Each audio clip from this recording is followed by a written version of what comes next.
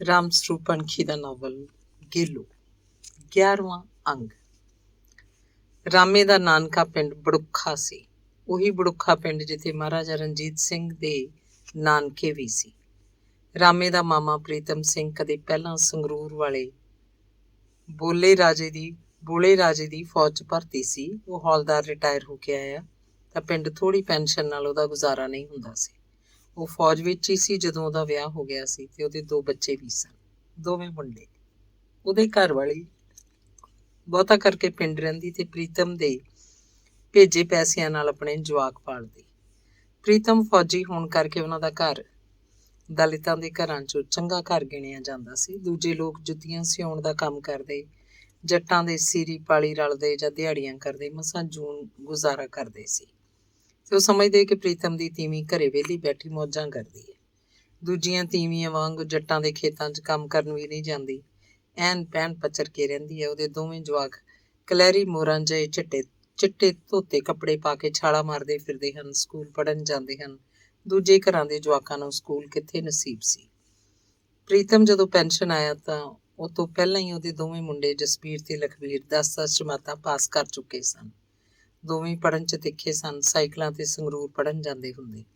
ਵੱਡਾ ਮੁੰਡਾ ਜਸਬੀਰ ਤਾਂ ਪ੍ਰੀਤਮ ਨੇ ਫੌਜ 'ਚ ਭਰਤੀ ਕਰਾਤਾ, ਛੋਟਾ ਲਖਬੀਰ ਪਟਵਾਰੀ ਬਣ ਗਿਆ। ਚਾਹੇ ਦੋਵੇਂ ਮੁੰਡੇ ਫੇਰ ਕਮਾਊ ਸੀ, ਪਰ ਪੈਨਸ਼ਨ ਆ ਕੇ ਪ੍ਰੀਤਮ ਮੁੰਡਿਆਂ ਦੇ ਹੱਥਾਂ ਵੱਲ ਨਹੀਂ ਸੀ ਝਾਕਣਾ ਚਾਹੁੰਦਾ। ਉਹਨੇ ਫੌਜ 'ਚ ਭਰਤੀ ਹੋਣ ਤੋਂ ਪਹਿਲਾਂ ਕਦੇ ਸੂਲਰ ਦੇ ਘਰਾਟਾਂ ਉੱਤੇ ਆਟਾ ਚੱਕੀ ਦਾ ਕੰਮ ਕੀਤਾ ਸੀ। ਉਹ ਇਸ ਕਿੱਤੇ ਨੂੰ ਜਾਣਦਾ ਸੀ। ਪੈਨਸ਼ਨ ਆ ਕੇ ਘਰ 'ਚ ਵਿਹਲਾ ਬੈਠਣ ਨਾਲੋਂ ਸੰਗਰੂਰ ਇੱਕ ਆਟਾ ਚੱਕੀ ਤੇ ਕੰਮ ਕਰਨ ਲੱਗਿਆ। ਫੌਜੀ ਬੰਦਾ ਸੀ, ਵਕਤ ਸਿਰ ਕੰਮ ਤੇ ਜਾਂਦਾ, ਵਕਤ ਸਿਰ ਮੁੜਦਾ, ਸਹੀ ਕੰਮ ਕਰਦਾ ਸੀ। ਉਹਨੂੰ ਚੱਕੀ ਦਾ ਸਾਰਾ ਹਿਸਾਬ ਸੀ। ਚਾਹੇ ਉਹ ਇਹ ਕੰਮ ਛੱਡੇ ਨੂੰ ਵਰੇ ਬੀਤ ਚੁੱਕੇ ਸੀ, ਪਰ ਗੁਰੂ ਦਾ ਚੰਡਿਆ ਉਹ ਹਾਲੇ ਤੱਕ ਵੀ ਇਸ ਕਿੱਤੇ ਨੂੰ ਭੁੱਲਿਆ ਨਹੀਂ ਸੀ। ਸਾਈਕਲ ਤੇ ਸੰਗਰੂਰ ਜਾਂਦਾ ਰਿਹਾ। ਪੌ ਫਟਣ ਤੋਂ ਪਹਿਲਾਂ ਹੀ ਪਹੁੰਚ ਜਾਂਦਾ ਤੇ ਦਿਨ ਚੜ੍ਹਦੇ ਨੂੰ ਚੱਕੀ ਦੇ ਦੋਵੇਂ ਪੁੜ ਰਾਹ ਕੇ ਆਉ ਮਾਰਦਾ। ਇੰਜਣ ਦਾ ਮਿਸਤਰੀ ਕੋਈ ਹੋਰ ਸੀ, ਉਹ ਵੀ ਇੱਕ ਰਿਟਾਇਰਡ ਫੌਜੀ ਸੀ। ਪ੍ਰੀਤਮ ਸਿਰਫ ਚੱਕੀ ਦਾ ਕੰਮ ਜਾਣਦਾ ਸੀ, ਇੰਜਣ ਵਾਲੇ ਪਾਸੇ ਉਹ ਪੰਗਾ ਨਹੀਂ ਲੈਂਦਾ ਸੀ। ਅੰਗ 12ਵਾਂ। ਪਿਰਥੀ ਦਾਸ ਦੇ ਡੇਰਿਓਂ ਹਟ ਕੇ ਰਾਮਾ ਘਰ 'ਚ ਵਿਹਲਾ ਹੀ ਬੈਠਾ ਰਹਿੰਦਾ। ਉਹ ਬਦਰੇ ਦੇ ਪੱਥਰ ਨੂੰ ਹੱਥ ਲਾਉਂਦਾ ਜਾਂ ਕਿਸੇ ਬਣ ਰਹੀ ਜੁੱਤੀ ਨੂੰ ਚੁੱਕ ਦੇਖਦਾ ਤਾਂ ਬਦਰਾ ਉਹਨੂੰ ਝਿੜਕ ਦਿੰਦਾ, ਆਖਦਾ, ਨਾ ਇੱਧਰ ਨਾ ਚੱਕ, ਪਰਾਂ ਹੋ ਕੇ ਬੈਠ, ਤੈਨੂੰ ਕਿਸੇ ਹੋਰ ਕੰਮ 'ਚ ਪਾਵਾਂਗੀ। ਚੰਮ ਕੰਨੀ ਨਿਗਾਹ ਕੀਤੀ ਹੈ ਤਾਂ ਭਾਈ ਦਲਿਤ ਦਾ ਦਲਿਤ ਹੀ ਰਹਿ ਜਾਏਗਾ। ਮਾਂ ਆਖਦੀ, ਡੇਰੇ ਲਾਇਆ ਸੀ, 4 ਅੱਖਰ ਢਿੱਡ 'ਚ ਪੈ ਜਾਂਦੇ, ਕਿਸੇ ਵੇਲੇ ਕੰਮ ਆਉਂਦੇ। ਜ਼ਮਾਨਾ ਕਿਹੜਾ, ਉੱਥੇ ਕੀ ਤੇਰੇ ਸੱਪ ਲੜ ਗਿਆ, ਹਟ ਕੇ ਬਹਿ ਗਿਆ ਘਰੇ। ਉਹ ਮਾਂ ਦੇ ਚਿਹਰੇ ਵੱਲ ਖੁੱਲ੍ਹੇ ਮੂੰਹ ਝਾਕ ਰਿਹਾ ਸੀ। ਕਹਿਣਾ ਚਾਹੁੰਦਾ ਸੀ, ਹਾਂ ਮਾਂ, ਸੱਚੀ ਸੱਪ ਲੜ ਗਿਆ, ਪਰ ਫਿਰ ਉਹ ਹੱਸਣ ਲੱਗ ਪਿਆ। ਮਾਂ ਬੇਸ਼ਰਮ ਜੀ ਹੋ ਗਈ ਹੋਵੇ, ਜਿਵੇਂ। ਥੋੜ੍ਹੀ ਦੇਰ ਚੁੱਪ ਰਹਿ ਕੇ ਬੋਲੀ, ਹੋਰ ਤੇਰਾ ਦੱਸ ਕੀ ਬਣਾਈਏ? ਘਰ ਬੈਠੇਂਗਾ ਤਾਂ ਕਤੇਤਾਂ ਕਰੇਂਗਾ ਕੋਈ, ਲੋਕਾਂ ਦੇ ਮੁੰਡਿਆਂ ਵਾਂਗੂ। ਐਂ ਕਿਵੇਂ ਬੈਠ ਜੂ ਘਰੇ ਹੀ? ਬਦਰੇ ਨੇ ਜੁੱਤੀ ਦੇ ਤਲੇ 'ਚ ਦੀ ਕੱਢੀ ਡੋਰ ਜਾੜਾਂ ਥੱਲੇ ਲੈ ਕੇ ਖਿੱਚੀ। ਦਿਆਲੋ ਕਹਿੰਦੀ, ਕਿਸੇ ਜੱਟ ਦੀਆਂ ਮਈਆਂ ਤੇ ਲਾ ਦਿੰਨੇ ਆ, ਪਾਲੀ ਫਿਰਦਾ ਤੁਰਦਾ ਫਿਰ ਸੀਰੀ ਰਲਣ ਲੱਗ ਪੂ। ਖੇਤੀ ਦਾ ਕੰਮ ਮਾੜਾ ਤਾਂ ਨਹੀਂ, ਮਾਰ ਫੜ ਕੇ ਇੰਨੀ ਫਸਲ ਆਉਂਦੀ ਹੈ ਸੀਰੀ। ਨਾ, ਇਸ ਕੰਮ 'ਚ ਨਹੀਂ ਪਾਉਣਾ ਆਪਾਂ ਇਹਨੂੰ। ਬਦਰਾ ਅੱਖਾਂ ਮੀਟ ਕੇ ਬੋਲ ਰਿਹਾ ਸੀ। ਕਿਉਂ, ਕੀ ਗੱਲ? ਦਿਆਲੋ ਨੇ ਪੁੱਛਿਆ। ਇਹਨੂੰ ਕਿਸੇ ਦੇ ਅਧੀਨ ਨਹੀਂ ਕਰਨਾ। ਅਧੀਨ ਕਿਵੇਂ? ਅਸੀਰੀ ਬਣ ਕੇ ਸਾਰੀ ਉਮਰ ਜੱਟਾਂ ਦੇ ਥੱਲੇ ਲੱਗਿਆ ਰਹੂ। ਸਾਰੀ ਉਮਰ ਦੀਆਂ ਗਾਲਾਂ। ਦੁਆਨੀ ਦਾ ਜੱਟ ਇੱਜ਼ਤ ਲਾ ਕੇ ਰੱਖ ਦਿੰਦਾ। ਜੱਟਾਂ ਦੇ ਵੱਸ ਨਹੀਂ ਪਾਉਣਾ ਮੁੰਡੇ ਨੂੰ। ਹੋਰ ਫੇਰ ਕੀ ਕੁਰਸੀ ਤੇ ਬਿਠਾਏਗਾ ਇਹਨੂੰ? ਦਿਆਲੋ ਦੇ ਬੋਲਾਂ 'ਚ ਗੁੱਝਾ ਵਿਅੰਗ ਸੀ। ਨਾਲੇ ਸਰੀਰ ਤਾਂ ਦੇਖ ਇਹਦਾ, ਇਹ ਖੇਤੀ ਦੇ ਕੰਮ ਦੀਆਂ ਧੰਗੇੜਾਂ ਨਹੀਂ ਝੱਲ ਸਕਦਾ। ਆਹ ਲਾਲ ਸੂਈਆਂ ਗੱਲਾਂ ਪਿਚੱਕੇ ਸੁੱਕੇ ਟੋਕਾ ਰੰਗੀਆਂ ਰਹਿ ਜਾਣਗੀਆਂ। ਜੱਟਾਂ ਦੇ ਤਾਂ ਇਹ ਬਲਦ ਬਣ ਕੇ ਰਹਿ ਜੂ। ਅੱਛਾ, ਫਿਰ ਦਲਿਤਾਂ ਦਾ ਪੁੱਤਰ ਤਾਂ 2 ਹੀ ਕੰਮ ਕਰ ਸਕਦਾ, ਚੰਮ ਜਾਂ ਕੰਮ। ਇਹ ਤਾਂ ਧੁਰ ਤੋਂ ਬਣੀ ਆਈ ਹੈ। ਇਹ ਹੁਣ ਜੁੱਤੀਆਂ ਸਿਉਵੇਂ ਜਾਂ ਜੱਟਾਂ ਦਾ ਕੰਮ ਕਰੇ। ਨਹੀਂ, ਧੰਦਾ ਬਦਲਣਾ ਪਊ। ਐਂ ਕਿਵੇਂ ਬਦਲ ਜੂ ਧੰਦਾ? ਤੇਰੇ ਸਾਹਮਣੇ ਤੇਰੇ ਭਾਈ ਨੇ ਨਹੀਂ ਬਦਲ ਕੇ ਦਿਖਾਇਆ। ਪ੍ਰੀਤਮ ਪਹਿਲਾਂ ਫੌਜ 'ਚ ਸੀ, ਫਿਰ ਪੈਨਸ਼ਨ ਆ ਗਈ। ਉਹ ਹੁਣ ਆਟਾ ਪੀਹੀ ਜਾਂਦਾ। ਗਾਹਾਂ ਮੁੰਡੇ ਕੀ ਪਾਏ ਉਹਨੇ ਇਹਨਾਂ ਕੰਮਾਂ 'ਚ? ਇੱਕ ਫੌਜੀ ਆ, ਦੂਜਾ ਪਟਵਾਰੀ। ਜੱਟਾਂ ਦੇ ਉੱਤੋਂ ਦੀ ਹੈ ਇੱਕ ਤਰ੍ਹਾਂ ਪ੍ਰੀਤਮ ਸੂ। ਤੂੰ ਗੌਰ ਕਰਕੇ ਦੇਖ। ਬਦਰੇ ਨੇ ਤਲੇ ਵਿੱਚ ਦੀ ਆਖਰੀ ਡੋਰ ਕੱਢੀ ਤੇ ਜੁੱਤੀ ਨੂੰ ਪੱਥਰੀ ਉੱਤੇ ਰੱਖ ਕੇ ਇੱਕ ਅੱਖ ਮੀਟੀ। ਜੁੱਤੀ ਉਹਨੂੰ ਸ਼ੁੱਧ ਬਣੀ ਹੋਈ ਦਿਸ ਰਹੀ ਸੀ। ਫਿਰ ਐਂ ਕਰ, ਜਾ ਵੀ ਰਾਮਿਆ, ਆਪਦੇ ਮਾਮੇ ਕੋਲ ਹੀ ਵਗ ਜਾ। ਉੱਥੇ ਜਿਹੜੇ ਕੰਮ 'ਚ ਪਾਊ ਤੈਨੂੰ ਉਹ ਪੈ ਜੀ। ਛੱਡ ਖਹਿੜਾ ਚੱਠਿਆਂ ਦਾ। ਦਿਆਲੂ ਨੇ ਜਿਵੇਂ ਮਨ ਕਰੜਾ ਕੀਤਾ ਹੋਵੇ। ਫਿਰ ਕਹਿਣ ਲੱਗੀ, ਮਾਮੇ ਦੇ ਪੁੱਤ ਫੌਜ 'ਚ ਭਰਤੀ ਹੋ ਕੇ ਬਸਰੇ ਬਗਦਾਦ ਕਿਹੜਾ ਨਹੀਂ ਤੁਰੇ ਫਿਰਦੇ। ਬੜੁੱਖਾ ਆ ਖੜਾ। ਜੇ ਤੂੰ ਚੱਠੇ ਛੱਡ ਕੇ ਬੜੁੱਖੀ ਜਾ ਬੈਠਾ ਤਾਂ ਕੀ ਫਰਕ ਪੈਂਦਾ? ਰਹੇਂਗਾ ਤਾਂ ਸਾਡੇ ਦਿਲ ਅੰਦਰ ਹੀ।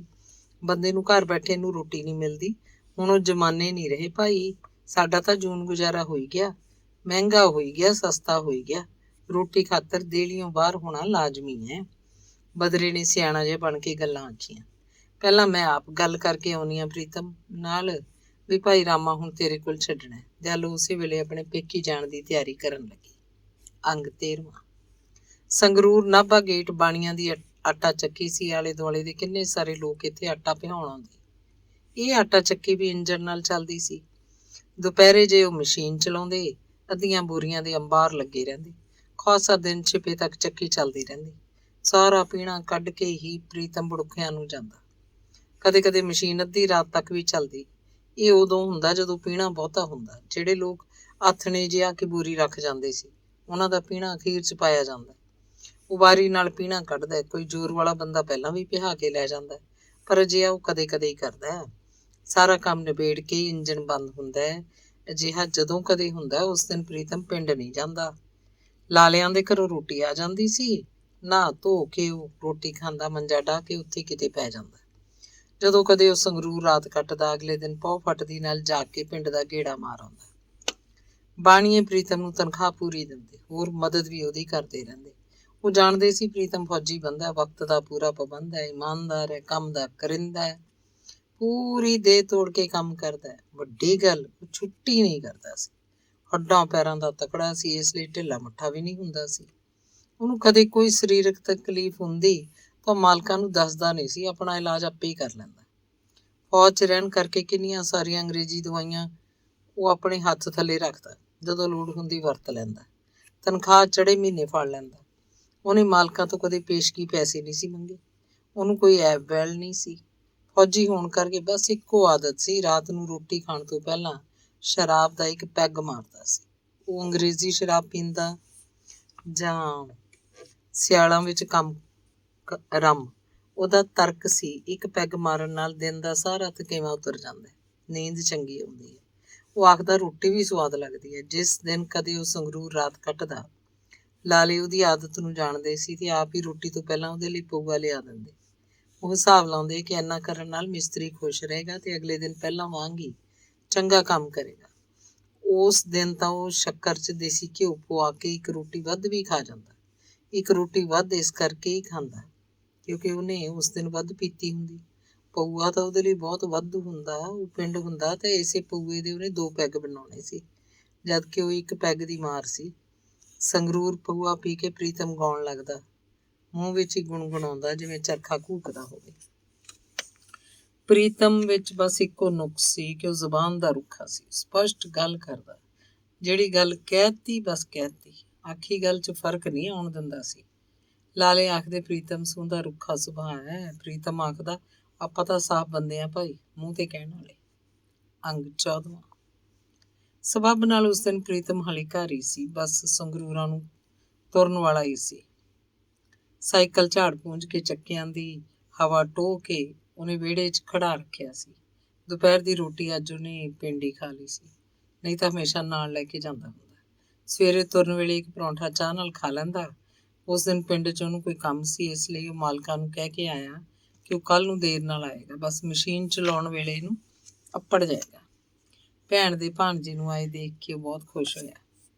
ਦਿਆਲੂ ਦਾ ਸਿਰ ਪਲੋਸਿਆ, ਰਾਮੇ ਨੂੰ ਬੁੱਕਲ 'ਚ ਲੈ ਕੇ ਪਿਆਰ ਕਰਨ ਲੱਗਿਆ। ਦਿਆਲੂ ਪ੍ਰੀਤਮ ਤੋਂ ਖਾਸੇ ਵਰੇ ਛੋਟੀ ਸੀ। ਉਹ ਭਰਾ ਨੂੰ ਰਾਜੀ ਬਾਜੀ ਦਾ ਪੁੱਛ ਕੇ ਭਰਜਾਈ ਕੋਲ ਮੰਜੇ ਤੇ ਜਾ ਬੈਠੀ।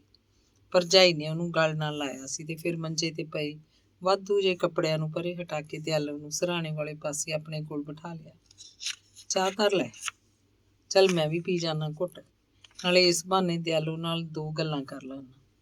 ਕਵੇਲਾ ਹੋਈ ਜਾਂਦਾ, ਲਾਲਾ ਡਿੱਕੀ ਜਾਂਦਾ ਹੋ।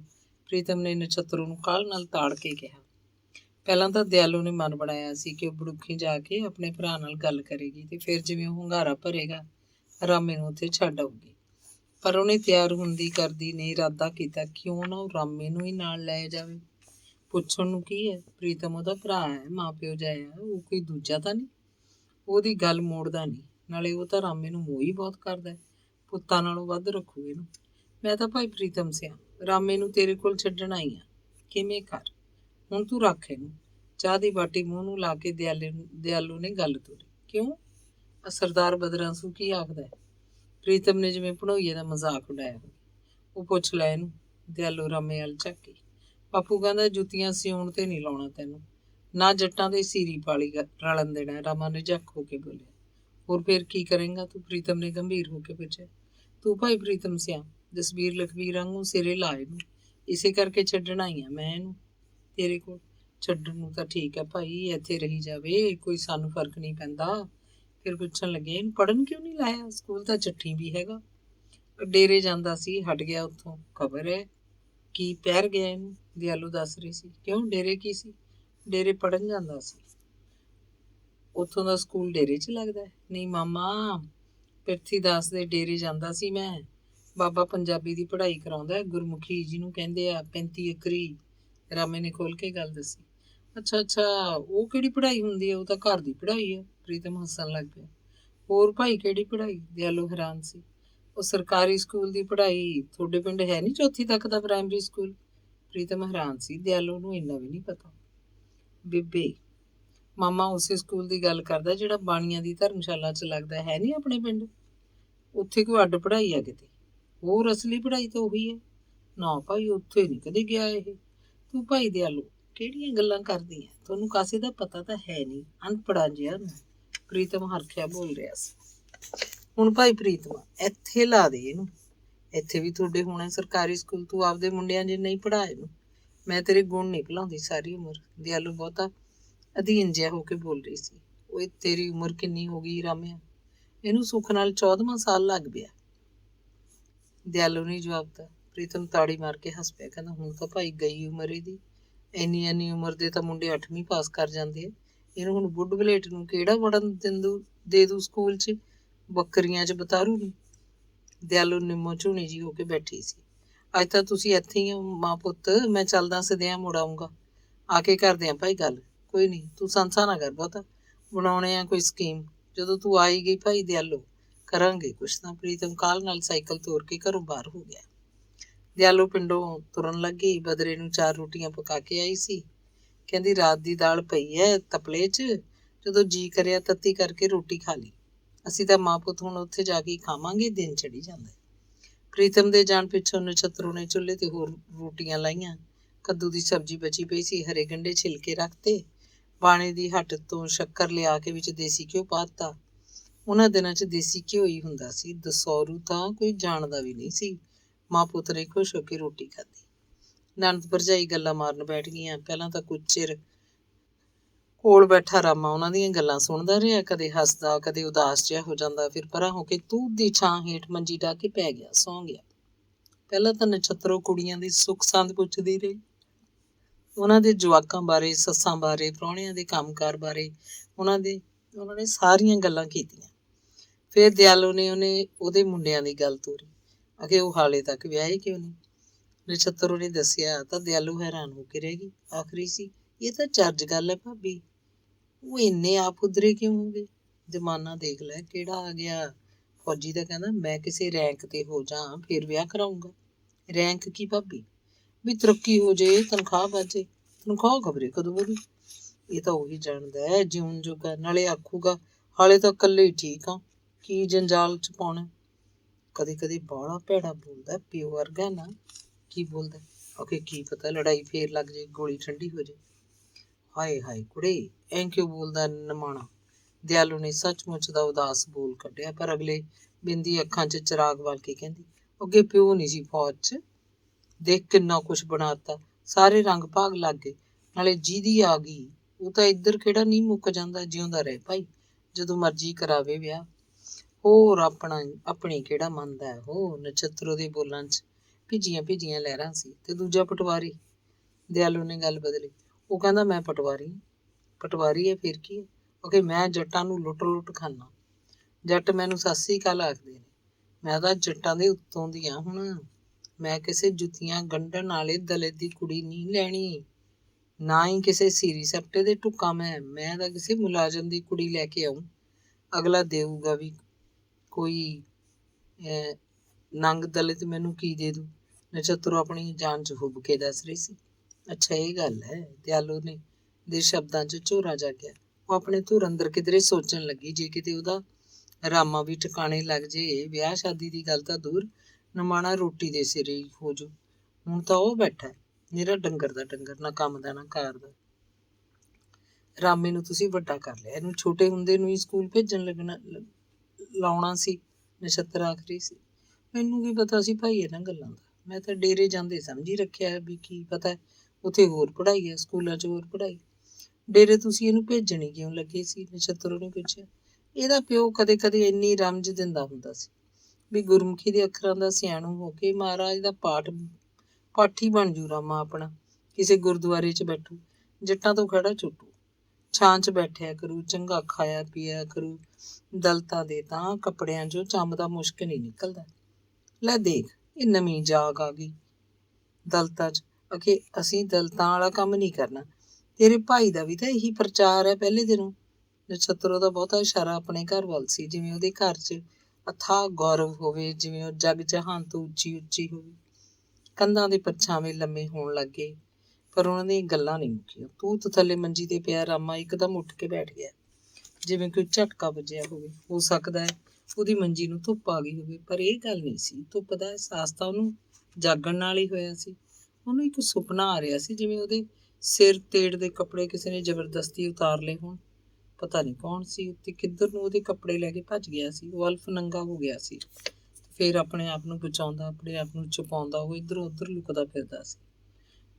ਉਹ ਜਿਸ ਕਿਸੇ ਵੀ ਹਨੇਰੇ ਖੂੰਜੇ 'ਚ ਜਾ ਕੇ ਖੜਾ ਹੁੰਦਾ, ਉਹਨੂੰ ਆਪਣਾ ਆਪ ਨੰਗਾ ਦਿਸਣ ਲੱਗਦਾ। ਉਹਨੂੰ ਬੇਹੱਦ ਸ਼ਰਮ ਆਉਂਦੀ ਤੇ ਉੱਥੋਂ ਬੇਤਹਾਸ਼ਾ ਭੱਜ ਪੈਂਦਾ।